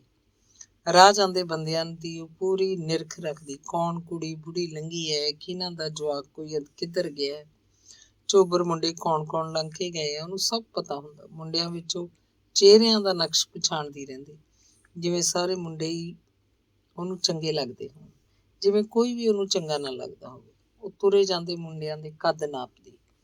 ਉਹਦੇ ਧੁਰ ਅੰਦਰ ਇੱਕ ਤੁਣਕਾ ਜਿਹਾ ਵੱਜਦਾ ਜਦੋਂ ਅੰਦਾਜ਼ਾ ਲਾਉਂਦੀ ਕਿ ਰਾਮਾ ਹੁਣ ਐਡਾ ਵੱਡਾ ਹੋ ਚੁੱਕਿਆ ਹੋਏਗਾ। ਉਹਨੂੰ ਸਾਰੇ ਨੌਜਵਾਨ ਮੁੰਡਿਆਂ ਦੇ ਚਿਹਰਿਆਂ ਵਿੱਚੋਂ ਦਲਿਤਾਂ ਦੇ ਰਾਮੇ ਦਾ ਚਿਹਰਾ ਦਿਸਦਾ ਸੀ। ਇੰਨੇ ਵਰੇ ਪਤਾ ਨਹੀਂ ਕਿੰਨੇ ਵਰੇ, ਇੰਨੇ ਦਿਨ ਪਤਾ ਨਹੀਂ ਕਿੰਨੇ ਦਿਨ ਬੀਤ ਚੁੱਕੇ ਸਨ। ਰਾਮਾ ਜਦੋਂ ਦਾ ਡੇਰਾ ਛੱਡ ਕੇ ਗਿਆ ਸੀ, ਫਿਰ ਤਾਂ ਪਿੰਡ ਹੀ ਛੱਡ ਗਿਆ। ਗੇਲੋ ਨੇ ਇੱਕ ਦਿਨ ਵੀ ਕਦੇ ਉਹਨੂੰ ਨਹੀਂ ਦੇਖਿਆ ਸੀ, ਜਿਵੇਂ ਉਹ ਇਸ ਜਹਾਨ ਉੱਤੇ ਹੋਵੇ ਹੀ ਨਾ। ਪਤਾ ਨਹੀਂ ਕਿੱਥੇ ਗਾਇਬ ਹੋ ਗਿਆ ਸੀ ਰਾਮਾ। ਉਹਨੂੰ ਹਮੇਸ਼ਾ ਲੱਗਦਾ ਰਹਿੰਦਾ ਕਿ ਰਾਮਾ ਇੱਥੇ ਕਿਤੇ ਕਿਧਰੇ ਹੈ, ਆਪਣੇ ਘਰ ਅੰਦਰ ਲੁਕਿਆ ਬੈਠਾ ਜਾਂ ਕਿਤੇ ਵੀ ਹੈ। ਇੱਕ ਦਿਨ ਉਹ ਉਹਨੂੰ ਮਿਲਣ ਆਏਗਾ, ਆਪਣੀ ਗੇਲੋ ਨੂੰ। ਚੰਦਰਾ ਪੂਰਾ ਜਵਾਨ ਹੋਣ ਦੀ ਇੰਤਜ਼ਾਰ 'ਚ ਹੈ। ਉਹ ਸੋਚਦੀ, ਪਸ਼ੂ ਜਾ ਸੋਚਦਾ ਹੋਊਗਾ, ਪਹਿਲਾਂ ਮੈਂ ਗੇਲੋ ਦੇ ਹਾਣ ਦਾ ਹੋ ਲਵਾਂ, ਫੇਰ ਹੀ ਉਹਨੂੰ ਮਿਲੂੰਗਾ। ਉਹ ਕੰਮ ਕਰਦੀ ਕਰਦੀ ਸੁੰਨ ਜਿਹੀ ਹੋ ਕੇ ਰਹਿ ਜਾਂਦੀ, ਹਥਲਾ ਕੰਮ ਛੱਡ ਕੇ ਬੈਠ ਜਾਂਦੀ। ਜਦੋਂ ਉਹਦੇ ਦਿਮਾਗ 'ਚ ਇੱਕ ਚੀਰਵਾਂ ਜਿਹਾ ਖਿਆਲ ਆਉਂਦਾ, ਉਹਨੂੰ ਇਹ ਕਿਉਂ ਨਹੀਂ ਪਤਾ ਸੀ ਕਿ ਇਹ ਤਾਂ ਉਹਨਾਂ ਦਿਨਾਂ 'ਚ ਹੀ ਉਹਦੇ ਹਾਣ ਦਾ ਸੀ, ਜਦੋਂ ਉਹਨੂੰ ਛੇੜਦੀ ਹੁੰਦੀ ਸੀ, ਉਹਨੂੰ ਮਾਰਦੀ ਕੁੱਟਦੀ ਸੀ। ਉਹਦੇ ਦਿਲ ਦੇ ਹਾਣ ਦਾ ਸੀ, ਜੋ ਅੱਜ ਵੀ ਹੈ। ਉਹਦਾ ਮਨ ਮੱਕੀ ਦੀਆਂ ਖਿੱਲਾਂ ਵਾਂਗ ਭੁੜਕ ਭੁੜਕ ਪੈਂਦਾ ਜਦੋਂ ਪਿਆਰ ਭਰੇ ਗੁੱਸੇ ਨਾਲ ਉਹ ਇਹ ਫੈਸਲਾ ਲੈ ਬੈਠਦੀ ਕਿ ਹੁਣ ਜਦੋਂ ਵੀ ਉਹ ਕਦੇ ਟੱਕਰਿਆ, ਪਹਿਲਾਂ ਉਹਨੂੰ ਕੁੱਟੇਗੀ, ਮੁੱਕੀਆਂ ਥੱਪੜ ਮਾਰ ਮਾਰ ਪੁੱਛੇਗੀ, ਕਿੱਥੇ ਰਿਹਾ ਤੂੰ ਇੰਨੇ ਦਿਨ, ਇੰਨੇ ਸਾਲ, ਇੰਨੇ ਯੁੱਗ। ਅੰਗ 18ਵਾਂ। ਗਿੱਲ ਪੱਤੀ 'ਚ ਬਾਹਮਣਾਂ ਦਾ ਇੱਕੋ ਘਰ ਸੀ, ਬਾਕੀ ਸਭ ਜੱਟ ਸਨ, ਜਾਂ ਫਿਰ ਕੁਝ ਘਰ ਦੂਜੀਆਂ ਜਾਤਾਂ ਦੇ। ਦੇਸੂ ਬਾਹਮਣ ਦੇ 2 ਮੁੰਡੇ ਸੀ, ਖੇਤੀ ਦਾ ਕੰਮ ਕਰਦੇ। ਉਹਨਾਂ ਦੀ ਆਪਣੀ ਜ਼ਮੀਨ ਸੀ, ਜੱਟਾਂ ਜਿੰਨੀ ਜ਼ਮੀਨ ਸੀ ਉਹਨਾਂ ਕੋਲ। ਮੁੰਡਿਆਂ ਤੋਂ ਛੋਟੀ ਇੱਕ ਕੁੜੀ ਸੀ, ਕੁੜੀ ਦਾ ਪਿੱਛੇ ਜਿਹੀ ਵਿਆਹ ਹੋਇਆ। ਨਾਲ ਦਾ ਹੀ ਮੁਕਲਾਵਾ ਸੀ, ਮਹੀਨੇ ਕੁ ਬਾਅਦ ਹੀ ਉਹ ਕੁੜੀ ਨੂੰ ਲੈ ਆਉਂਦੇ। ਪ੍ਰਾਹੁਣਾ ਸਾਰਦਾ ਨਹੀਂ ਸੀ, 5-7 ਦਿਨਾਂ ਬਾਅਦ ਹੀ ਲੈਣ ਆ ਜਾਂਦਾ। ਸੱਤਿਆ ਦੀ ਮਾਂ ਜਮਾਈ ਨੂੰ ਬੇਹੱਦ ਪਿਆਰ ਕਰਦੀ। ਕੁੜੀ ਨੂੰ ਲੈਣ ਆਉਂਦਾ ਤਾਂ ਉਹਨੂੰ 3-3 ਦਿਨ ਉੱਥੇ ਬਹਾਈ ਰੱਖਦੀ। ਉਹਦੀ ਪੂਰੀ ਸੇਵਾ ਕਰਦੀ, ਸਾਰੇ ਲਾਡ ਲਡਾਉਂਦੀ। ਸਬਜ਼ੀ ਦਾਲ 'ਚ ਘਿਓ ਉੱਤੋਂ ਦੀ ਫਿਰਦਾ ਦਿਸਦਾ। ਸ਼ੱਕਰ ਘਿਓ ਦੀ ਬਾਟੀ ਅੱਡ, ਕਦੇ ਚੂਰੀ ਕੁੱਟ ਕੇ ਦਿੰਦੀ। ਦਿਨ 'ਚ 2-2 ਵਾਰੀ ਦੁੱਧ ਦਾ ਗਲਾਸ ਦਿੰਦੀ, ਵਿੱਚ ਬਦਾਮਾਂ ਦੀਆਂ ਗਿਰੀਆਂ ਉਬਾਲ ਕੇ। ਸੁੱਕੀ ਚਾਹ ਨਹੀਂ ਦਿੰਦੀ ਸੀ, ਚਾਹ ਦੇ ਵਿੱਚ ਵੀ ਘਿਓ ਦਾ ਚਮਚਾ ਪਾ ਕੇ ਦਿੰਦੀ। ਕੁੜੀ ਚਾਹੁੰਦੀ ਕਿ ਘਰ 'ਚ ਜੋ ਵੀ ਹੈ ਜਮਾਈ ਦੇ ਢਿੱਡ 'ਚ ਪਾ ਦਿਆਂ। ਇੰਨੀਆਂ ਖਾਤਰਾਂ ਕਰਦੀ ਉਹਦੀਆਂ ਤਾਂ ਹੀ ਤਾਂ ਉਹ ਇੱਥੇ ਬੈਠਾ ਰਹਿੰਦਾ ਸੀ। ਉਹ ਵੀ ਖੇਤੀ ਦਾ ਕੰਮ ਕਰਨ ਵਾਲੇ ਬਾਹਮਣ ਸਨ। ਮਾਂ ਨੂੰ ਆਖ ਕੇ ਆਇਆ ਹੁੰਦਾ ਕਿ ਉਹ ਇੱਕ ਰਾਤ ਦੀ ਚੱਠੀ ਕੱਟੇਗਾ ਤੇ ਫਿਰ ਅਗਲੇ ਦਿਨ ਬਹੂ ਨੂੰ ਲੈ ਕੇ ਆ ਜਾਏਗਾ। ਪਰ ਉਹ ਤਾਂ ਚੱਠਿਆਂ ਨੂੰ ਛੱਡ ਕੇ ਜਾਣ ਦਾ ਨਾਂ ਹੀ ਨਹੀਂ ਲੈਂਦਾ ਸੀ। ਕਿਵੇਂ ਜੀ ਕਰਦਾ ਉਹਦਾ ਜਾਣ ਨੂੰ, ਉਹ ਤਾਂ ਇੱਥੇ ਰਾਂਝਾ ਸੀ।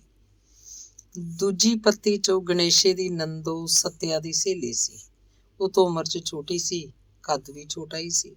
ਸੱਤਿਆ ਦਾ ਐਡੀ ਲੰਮੀ ਸੀ, ਨੰਦੋ ਦਾ ਹਾਲੇ ਵਿਆਹ ਨਹੀਂ ਸੀ ਹੋਇਆ। ਸੱਤਿਆ ਦੀ ਉਹ ਖਾਸ ਸਹੇਲੀ ਸੀ। ਰੰਗ ਪੱਕਾ ਪਰ ਅੱਖਾਂ ਬਹੁਤ ਸੋਹਣੀਆਂ ਸੀ। ਗੁਟਰ ਝਾਕਦੀ, ਹੱਸਦੀ ਰਹਿੰਦੀ। ਦੰਦ ਥੋੜੇ ਉੱਚੇ ਸੀ। ਜਦੋਂ ਕਦੇ ਅਛਰੂ ਰਾਮ ਆਉਂਦਾ ਸੀ ਤਾਂ ਨੰਦੋ ਉਹਨਾਂ ਦੇ ਘਰੋਂ ਨਹੀਂ ਨਿਕਲਦੀ ਸੀ। ਸਾਰਾ ਦਿਨ ਉੱਥੇ ਹੀ ਰਹਿੰਦੀ। ਦੇਸੂ ਤੇ ਉਹਦੇ ਦੋਵੇਂ ਮੁੰਡੇ ਖੇਤਾਂ ਨੂੰ ਤੁਰ ਜਾਂਦੇ। ਬਹੂਆਂ ਰੋਟੀ ਲੈ ਕੇ ਜਾਂਦੀਆਂ ਜਾਂ ਖੇਤ ਦੇ ਹੋਰ ਕੰਮ ਧੰਦੇ। ਸੱਤਿਆ ਦੀ ਮਾਂ ਜਾਣ ਕੇ ਟਲ ਜਾਂਦੀ ਸੀ, ਸੋਚਦੀ ਅਛਰੂ ਰਾਮ ਆਇਆ ਹੋਇਆ, ਕੁੜੀ ਪ੍ਰਾਹੁਣੇ ਦਾ 100 ਓਹਲਾ ਹੁੰਦਾ, ਮੈਂ ਕਾਹਨੂੰ ਵਿੱਚ ਫਸ ਕੇ ਬੈਠਾ। ਤੇ ਸੱਤਿਆ ਤੇ ਅਛਰੂ ਰਾਮ ਦੁਪਹਿਰ ਦੀ ਰੋਟੀ ਟੁੱਕ ਖਾ ਕੇ ਅੰਦਰ ਸਬਾਤ 'ਚ ਵੜੇ ਰਹਿੰਦੇ। ਸਬਾਤ ਦਾ ਬਾਰ ਭੇੜ ਲੈਂਦੇ। ਨੰਦੋ ਵੀ ਅੰਦਰ ਹੁੰਦੀ। ਉਹਦੇ ਸਾਹਮਣੇ ਇੱਕ ਮੰਜੇ ਤੇ ਪੈ ਜਾਂਦੇ। ਨੰਦੋ ਖੜੀ ਦੇਖਦੀ ਰਹਿੰਦੀ। ਅਛਰੂ ਰਾਮ ਉਹਨੂੰ ਵੀ ਇਸ਼ਾਰਾ ਕਰ ਦਿੰਦਾ ਤੇ ਫਿਰ ਉਹ ਵੀ ਉਹਨਾਂ ਦੇ ਨਾਲ ਹੀ ਪੈ ਜਾਂਦੀ। ਮੰਜਾ ਵੱਡਾ ਪਲੰਗ ਸੀ, ਮਜ਼ਬੂਤ ਬਾਹੀਆਂ ਸੇਰਵਿਆਂ ਵਾਲਾ, ਉੱਚੇ ਪਾਵੇ। ਵਿਚਕਾਰ ਅਛਰੂ ਰਾਮ, ਇੱਕ ਪਾਸੇ ਸੱਤਿਆ, ਇੱਕ ਪਾਸੇ ਨੰਦੋ। ਉਹ ਨੰਦੋ ਦੇ ਪਿੰਡੇ ਤੇ ਵੀ ਹੱਥ ਫੇਰੀ ਜਾਂਦਾ। ਪਿੰਡ ਦਾ ਰਿਵਾਜ ਸੀ, ਜਦੋਂ ਕੋਈ ਨਵਾਂ ਜਮਾਈ ਕਿਸੇ ਘਰ ਆਇਆ ਹੁੰਦਾ ਤਾਂ ਪੱਤੀ ਦੀਆਂ ਨੌਜਵਾਨ ਕੁਆਰੀਆਂ ਕੁੜੀਆਂ ਸਵੇਰੇ ਆਥਣੇ ਜਾਂ ਕਦੇ ਵੀ ਉਹਨਾਂ ਦੇ ਘਰ ਜਾਂਦੀਆਂ। ਕੁੜੀਆਂ ਸਭ ਦੇ ਜਾਂਦੀਆਂ, ਜੱਟਾਂ ਦੀਆਂ ਕੁੜੀਆਂ ਦੂਜੀਆਂ ਜਾਤਾਂ ਦੇ ਘਰੇ ਵੀ ਜਾਂਦੀਆਂ ਸੀ। ਲੋਕਾਂ ਵਿੱਚ ਇੱਕ ਸਾਂਝਾ ਭਾਈਚਾਰਾ ਸੀ। ਜੱਟਾਂ ਦੇ ਮੁੰਡੇ ਕੁੜੀਆਂ ਦੂਜੀਆਂ ਜਾਤਾਂ ਦੇ ਬੰਦਿਆਂ ਨੂੰ ਤਾਂ ਤਾਇਆ ਚਾਚਾ ਆਖਦੇ। ਬੁੜੀਆਂ ਸਭ ਲਈ ਤਾਈਆਂ ਚਾਚੀਆਂ ਦਾਦੀਆਂ ਹੁੰਦੀਆਂ। ਕਿਸੇ ਵੀ ਘਰ ਦਾ ਜਮਾਈ, ਚਾਹੇ ਉਹ ਕਿਸੇ ਜਾਤ ਦਾ ਹੋਵੇ, ਪਿੰਡ ਦਾ ਜਮਾਈ ਸੀ। ਨਵੇਂ ਪ੍ਰਾਹੁਣੇ ਨੂੰ ਕੁੜੀਆਂ ਚਹੇਡਾਂ ਕਰਦੀਆਂ, ਮਸ਼ਕਰੀ ਦਾ ਮਾਹੌਲ ਬਣਿਆ ਰਹਿੰਦਾ। ਖੁੱਲੇ ਸੁਭਾਅ ਦਾ ਮੁੰਡਾ ਬਣਦੇ ਸਰਦੇ ਜਵਾਬ ਦਿੰਦਾ, ਕੁੜੀਆਂ ਨਾਲ ਮੜਿੱਕਦਾ। ਸਾਊ ਜਿਹਾ ਕੋਈ ਚੁੱਪ-ਚੁਪੀਤਾ ਬੈਠਾ ਰਹਿੰਦਾ ਤੇ ਕੁੜੀਆਂ ਉਹਨੂੰ ਕੁਝ ਨਾ ਕੁਝ ਆਖੀ ਜਾਂਦੀਆਂ। ਇੱਕ ਸਵਾਲ ਕੁੜੀਆਂ ਵੱਲੋਂ ਆਮ ਪੁੱਛਿਆ ਜਾਂਦਾ, ਵੇ ਤੂੰ ਆਪਦੀ ਭੈਣ ਨੂੰ ਨਹੀਂ ਲੈ ਕੇ ਆਇਆ ਵੇ? ਪ੍ਰਾਹੁਣੇ ਤੋਂ ਕੋਈ ਜਵਾਬ ਨਾ ਸਰਦਾ ਤਾਂ ਕੁੜੀਆਂ ਬੁੜੀ ਨੂੰ ਪੁੱਛਦੀਆਂ, ਤਾਈ ਤੇਰਾ ਜਮਾਈ ਗੂੰਗਾ ਹੈ ਜਾਂ ਸੁਣਦਾ ਨਹੀਂ ਇਹਨੂੰ? ਤਾਈ ਇਹਦੇ ਕੰਨ ਹੈਗੇ ਆ। ਕੁੜੀਆਂ ਖੜੀਆਂ ਚੋਲਰ ਪਾਉਂਦੀਆਂ। ਨਾ ਕੋਈ ਪੀੜੀ ਲੈ ਕੇ ਬੈਠਦੀ, ਨਾ ਉਹਨਾਂ ਨੂੰ ਬੈਠਣ ਲਈ ਕੋਈ ਆਖਦਾ। ਉਹ ਤਾਂ ਅੱਧਾ ਪੌਣਾ ਘੰਟਾ ਮੇਲਾ ਜਿਹਾ ਲਾਉਂਦੀਆਂ ਤੇ ਤੁਰ ਜਾਂਦੀਆਂ।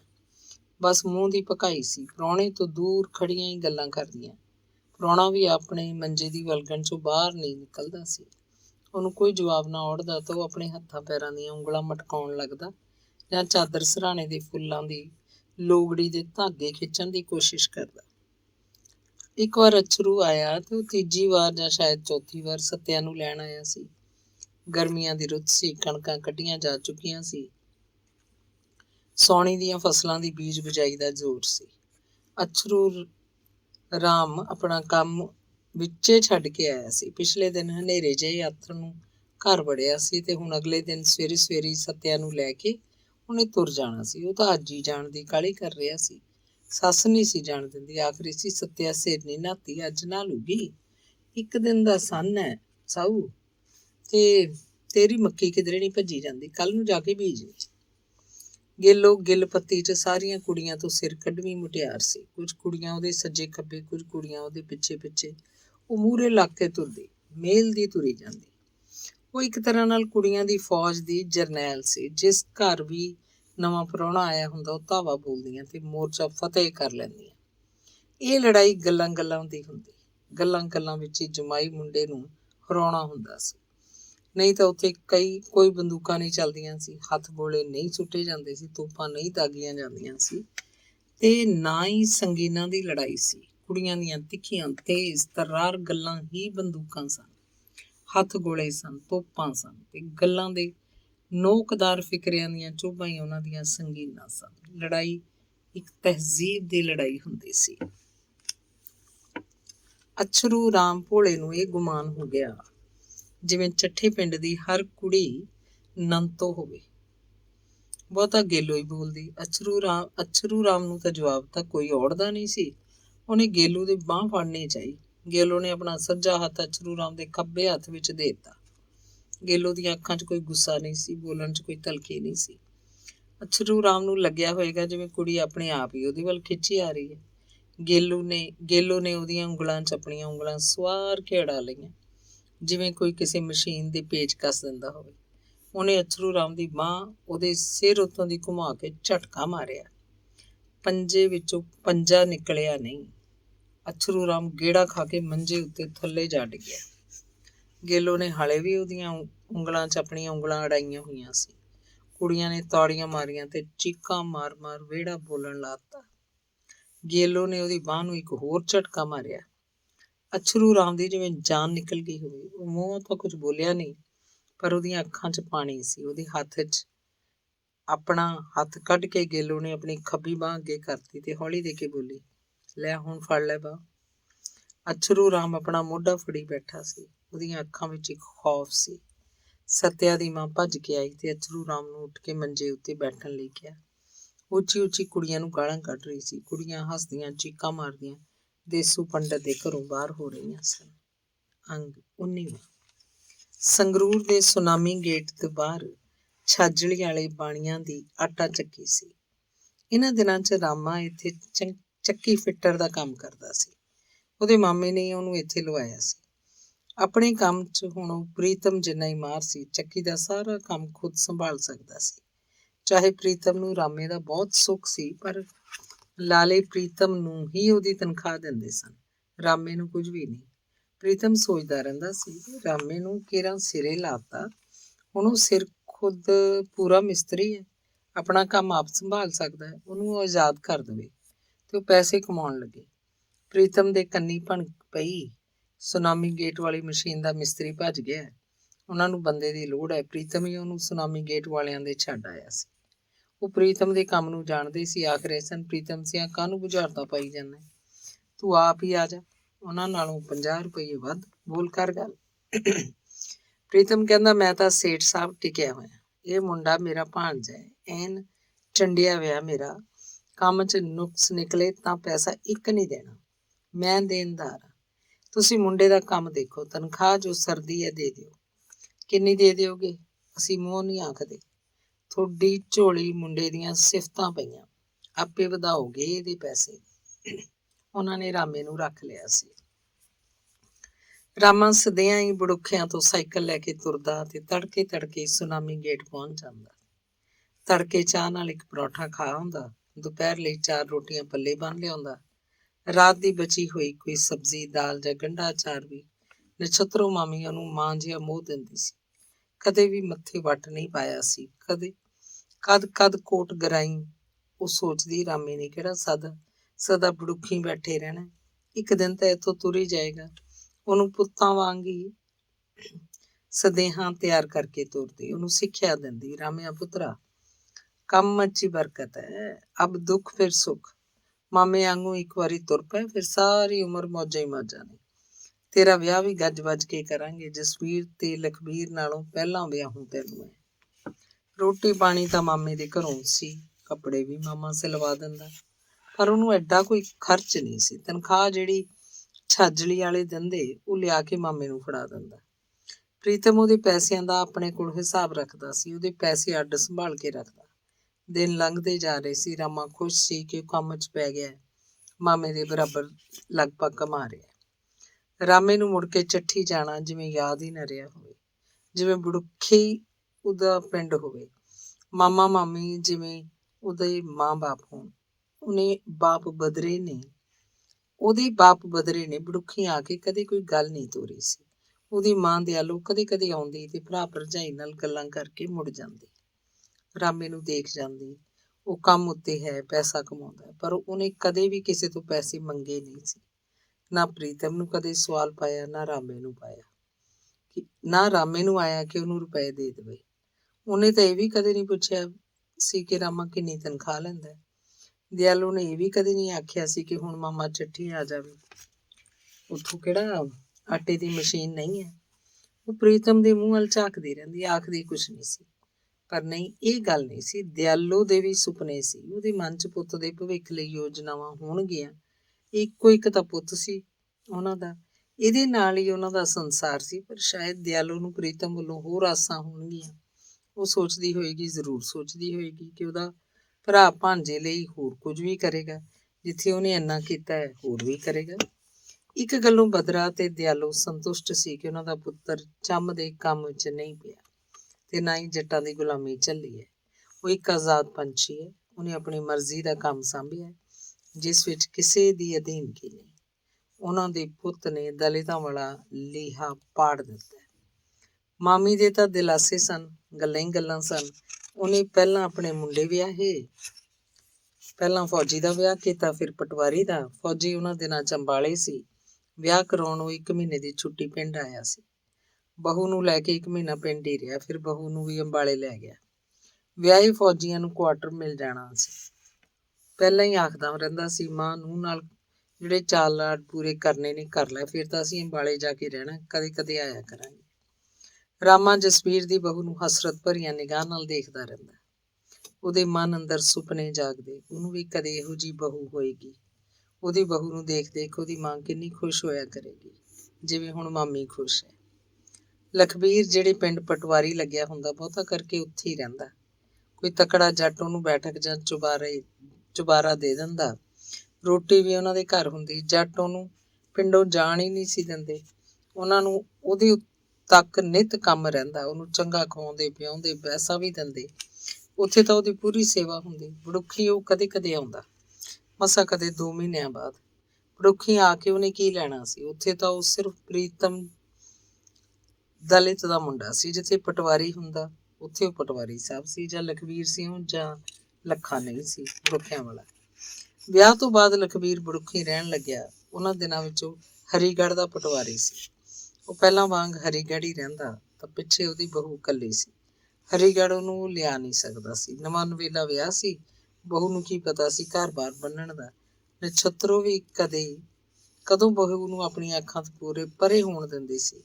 ਉਸੇ ਨੇ ਤਾੜ ਕੇ ਕਿਹਾ ਸੀ ਕਿ ਬਹੂ ਤਾਂ ਭਾਈ ਲੱਖਿਆ ਇੱਥੇ ਹੀ ਰਹੂਗੀ ਮੇਰੇ ਕੋਲ। ਤੂੰ ਚੰਡੀਗੜ੍ਹ ਤੋਂ ਆਥਣ ਨੂੰ ਮੁੜ ਆਇਆ ਕਰੀ, ਤੜਕੇ ਨੂੰ ਵਗ ਜਾਇਆ ਕਰੀ, ਜੇ ਨਹੀਂ ਸਰਦਾ ਤਾਂ। ਲਖਬੀਰ ਦਾ ਨਿੱਤ ਚੰਡੀਗੜ੍ਹ ਜਾਣਾ ਜ਼ਰੂਰੀ ਨਹੀਂ ਸੀ। ਉਹ 5ਵੇਂ-6ਵੇਂ ਦਿਨ ਹੀ ਉੱਥੇ ਜਾਂਦਾ। ਜਾਂ ਤਾਂ ਉਦੋਂ ਜਿਸ ਦਿਨ ਕਿਸੇ ਅਫਸਰ ਨੇ ਜਾਣਾ ਹੁੰਦਾ, ਇਹਦਾ ਉਹਨੂੰ ਪਹਿਲਾਂ ਪਤਾ ਹੁੰਦਾ, ਜਾਂ ਫਿਰ ਉਦੋਂ ਜਾਂਦਾ ਜਦੋਂ ਜੱਟਾਂ ਦੇ ਇਕੱਠੇ 2-4 ਕੰਮ ਹੁੰਦੇ। ਜੱਟਾਂ ਨੇ ਜ਼ਮੀਨ ਦੇ ਨੰਬਰ ਲੈਣੇ ਹੁੰਦੇ ਸੀ। ਹੋਰ ਅਨੇਕਾਂ ਕੰਮ ਸੀ ਜੱਟਾਂ ਦੇ। ਜਿਸ ਬੈਠਕ 'ਚ ਉਹਦੀ ਰਿਹਾਇਸ਼ ਸੀ, ਉਹੀ ਉਹਦਾ ਪਟਵਾਰਖਾਨਾ ਸੀ। ਕਦੇ ਕਦੇ ਅਜਿਹਾ ਵੀ ਹੁੰਦਾ ਕਿ ਲਖਬੀਰ ਨੂੰ ਹਰੀਗੜ੍ਹ ਰਾਤ ਕੱਟਣੀ ਪੈ ਜਾਂਦੀ। ਰਾਮਾ ਤੜਕੇ ਸਦਿਆਂ ਉੱਠ ਕੇ ਜੰਗਲ ਪਾਣੀ ਬਾਹਰ ਖੇਤਾਂ 'ਚ ਜਾਂਦਾ, ਫਿਰ ਨਹਾ ਧੋ ਕੇ ਸੰਗਰੂਰ ਜਾਣ ਲਈ ਤਿਆਰ ਹੋ ਜਾਂਦਾ। ਇੰਨੇ ਨੂੰ ਉਹਦੀ ਮਾਮੀ ਉਹਨੂੰ ਉਹਦੀ ਰੋਟੀ ਬੰਨ੍ਹ ਦਿੰਦੀ। ਪ੍ਰੀਤਮ ਤੇ ਰਾਮਾ ਹੁਣ ਇਕੱਠੇ ਨਹੀਂ ਤੁਰਦੇ ਸੀ। ਪ੍ਰੀਤਮ ਥੋੜਾ ਦਿਨ ਚੜ੍ਹੇ ਘਰੋਂ ਨਿਕਲਦਾ ਤੇ ਪ੍ਰੀਤਮ ਉੱਧਰੋਂ ਸੰਗਰੂਰ ਦਿਨ ਖੜੇ ਹੀ ਪਿੰਡ ਆ ਵੜਦਾ, ਜਦਕਿ ਰਾਮਾ ਖਾਸਾ ਹਨੇਰੇ ਹੋਏ ਪਹੁੰਚਦਾ। ਰਾਮਾ ਜਿਵੇਂ ਜਾਣ ਕੇ ਹੀ ਸਵੇਰੇ ਸਦਿਆਂ ਘਰੋਂ ਨਿਕਲ ਤੁਰਦਾ ਹੋਵੇ ਤੇ ਫਿਰ ਜਾਣ ਕੇ ਹਨੇਰੇ 'ਚ ਘਰ ਵੜਦਾ ਹੋਵੇ। ਲੱਖੇ ਦੀ ਬਹੂ ਕਰਕੇ ਉਹਨੂੰ ਸ਼ਾਇਦ ਕੋਈ ਸੰਗ ਜਿਹੀ ਚੜੀ ਰਹਿੰਦੀ ਸੀ, ਕੋਈ ਡਰ ਜਿਹਾ ਬੈਠਾ ਰਹਿੰਦਾ। ਉਹਦੇ ਅੰਦਰ ਇੱਕ ਸਮਝਦਾਰੀ ਪੈਦਾ ਹੋਣ ਲੱਗ ਪਈ। ਇਹੀ ਫੱਗਣ ਚੇਤ ਦੀ ਰੁੱਤ ਸੀ। ਰਾਤ ਨੂੰ ਛੱਤ ਥੱਲੇ ਪਏ ਰਹੋ ਤਾਂ ਵੀ ਠੀਕ ਹੈ, ਬਾਹਰ ਅਸਮਾਨ ਥੱਲੇ ਵੀ ਠੀਕ ਹੈ। ਗਰਮੀ ਸ਼ੁਰੂ ਨਹੀਂ ਹੋਈ ਸੀ।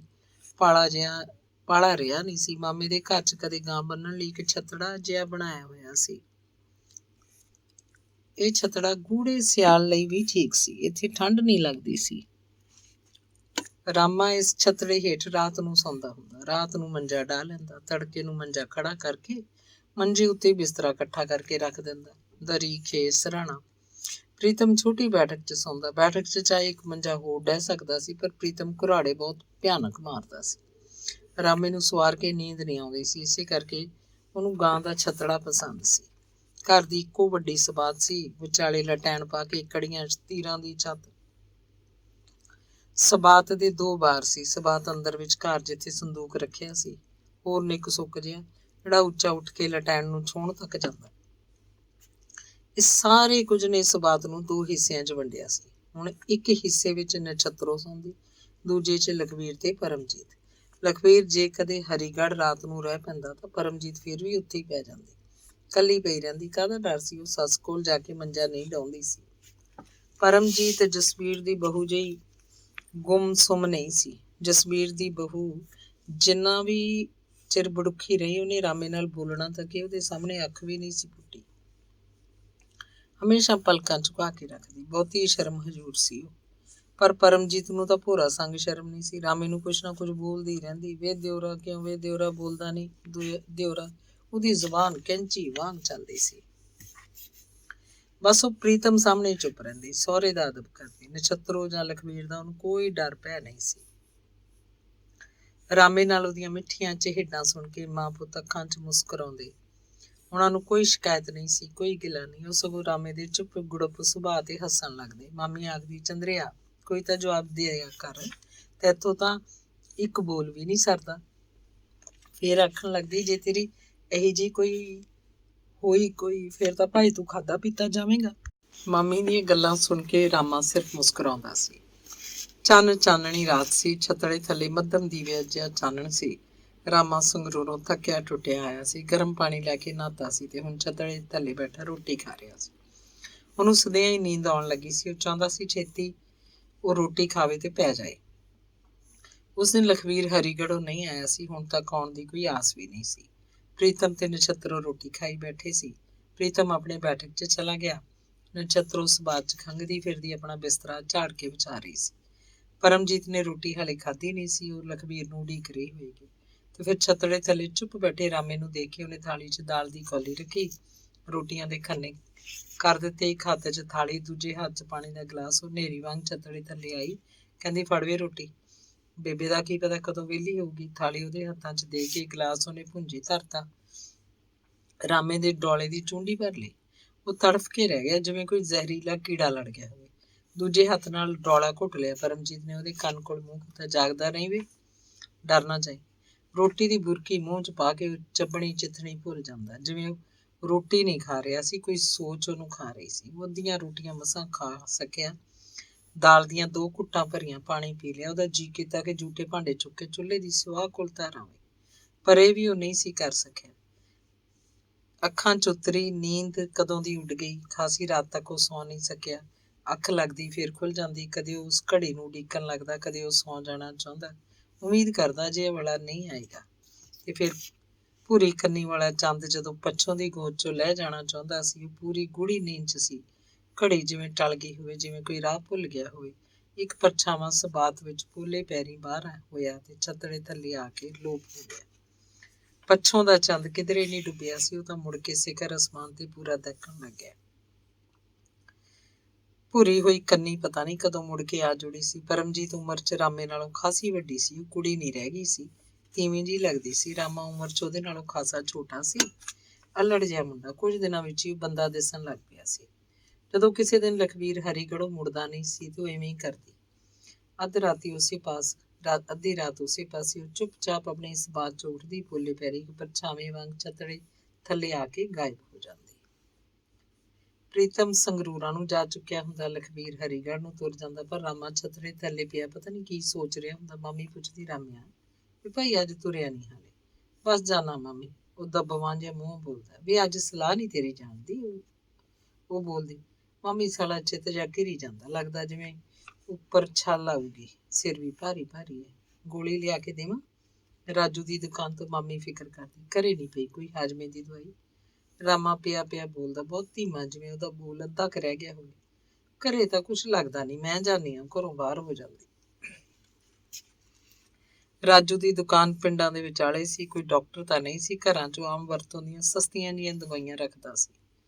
ਜਦੋਂ ਉਹਨੂੰ ਨਛੱਤਰੋ ਘਰ ਪਹੁੰਚਦੀ, ਰਾਮਾ ਮੰਜੀ ਦੀ ਬਾਹੀ ਤੇ ਬੈਠਾ ਸਿਰ ਦੇ ਵਾਲਾਂ ਦਾ ਜੂੜਾ ਦੁਬਾਰਾ ਬੰਨ੍ਹ ਰਿਹਾ ਹੁੰਦਾ। ਪਰਮਜੀਤ ਥੋੜਾ ਹਟ ਕੇ ਪਰਾਂ ਖੜੀ ਹੁੰਦੀ, ਚੁੰਨੀ ਦੇ ਪੱਲੇ ਨਾਲ ਬਾਰ-ਬਾਰ ਆਪਣੀਆਂ ਗੱਲਾਂ ਰਗੜਦੀ, ਬੁੱਲ ਪੂੰਝ ਕੇ ਉਹਨਾਂ ਵਿੱਚ ਦੁਬਾਰਾ ਉਨਾ ਹੀ ਖੂਨ ਭਰਨ ਦੀ ਕੋਸ਼ਿਸ਼ ਕਰਦੀ। ਐਡਾ ਕੁ ਦਿਨ ਚੜ੍ਹ ਆਇਆ, ਹੁਣ ਕੀ ਕਰੇਗਾ ਸੰਗਰੂਰ ਜਾ ਕੇ? ਉਹ ਜਿੱਦ ਪਈ ਸੀ। ਨਹੀਂ, ਪੀਣਾ ਬਹੁਤ ਇਕੱਠਾ ਹੋਇਆ ਪਿਆ ਹੋਣਾ, ਕੱਲ ਨੂੰ ਫੇਰ ਲਾਲਾ ਕਲੇਸ਼ ਕਰੂਗਾ। ਬਾਹਲਾ ਭੈੜਾ ਕੰਜਰ ਦਾ ਕਰਿਆੜ। ਆਪਣੀ ਮਜਬੂਰੀ ਜ਼ਾਹਰ ਕਰਦਾ। ਸਿਰ ਦੇ ਵਾਲਾਂ ਦਾ ਕੰਘਾ ਰੋਕ ਕੇ ਉਹ ਪਰਮਜੀਤ ਵੱਲ ਤਿੱਖਾ ਝਾਕਦਾ, ਕੁਝ ਸਮਝਣ ਦੀ ਕੋਸ਼ਿਸ਼ ਕਰਦਾ, ਫਿਰ ਸਵਾਲ ਕਰਦਾ, ਕਿਉਂ? ਦਾਣਾ ਵੀ ਨਹੀਂ, ਉਹ ਤਾਂ ਹਰੀਗੜ੍ਹੋਂ ਦਾਰੂਦਾਰ ਨਾ ਹੋਇਆ ਘਰ ਵੜਦਾ ਹੈ। ਰੋਟੀ ਵੀ ਅੱਧ ਪਚੱਧੀ ਖਾਂਦਾ ਹੈ, ਸੌਂ ਜਾਂਦਾ ਬਸ। ਉਹਨੂੰ ਤਾਂ ਕਾਸੇ ਦਾ ਪਤਾ ਹੀ ਨਹੀਂ ਰਹਿੰਦਾ। ਮੈਂ ਤੜਕੇ ਨੂੰ ਨਿੱਤ ਕੋਰੀ ਦੇਹ ਲੈ ਕੇ ਮੰਜਾ ਛੱਡਦੀ ਹਾਂ। ਪਰਮਜੀਤ ਦੇ ਸਾਰੇ ਸਰੀਰ ਨਾਲ ਉਹਦੀ ਜ਼ੁਬਾਨ ਵੀ ਥਿੜਕ ਰਹੀ ਹੁੰਦੀ। ਲਫ਼ਜ਼ਾਂ ਦੀ ਅਰਜ਼ੋਈ ਬਹੁਤ ਗਹਿਰੀ ਉਤਰ ਚੁੱਕੀ ਹੁੰਦੀ। ਬੁੜੀ ਨੂੰ ਬਾਰ ਵੜਦੀ ਦੇਖ ਕੇ ਪਰਮਜੀਤ ਸਬਾਤ ਵੱਲ ਪਰਾਂ ਨੂੰ ਤੁਰ ਜਾਂਦੀ। ਰਾਮਾ ਖੁੱਲ੍ਹਾ ਜੂੜਾ ਛੱਡ ਕੇ ਮੰਜੇ ਤੇ ਫੇਰ ਡਿੱਗ ਪੈਂਦਾ ਤੇ ਔਖਾ ਜਿਹਾ ਹੋਣ ਲੱਗਦਾ। ਮਾਮੀ ਦੀ ਗੋਲੀ ਉਹਨੂੰ ਕੋਈ ਫਰਕ ਨਹੀਂ ਪਾਉਂਦੀ ਸੀ। ਧੰਨਵਾਦ।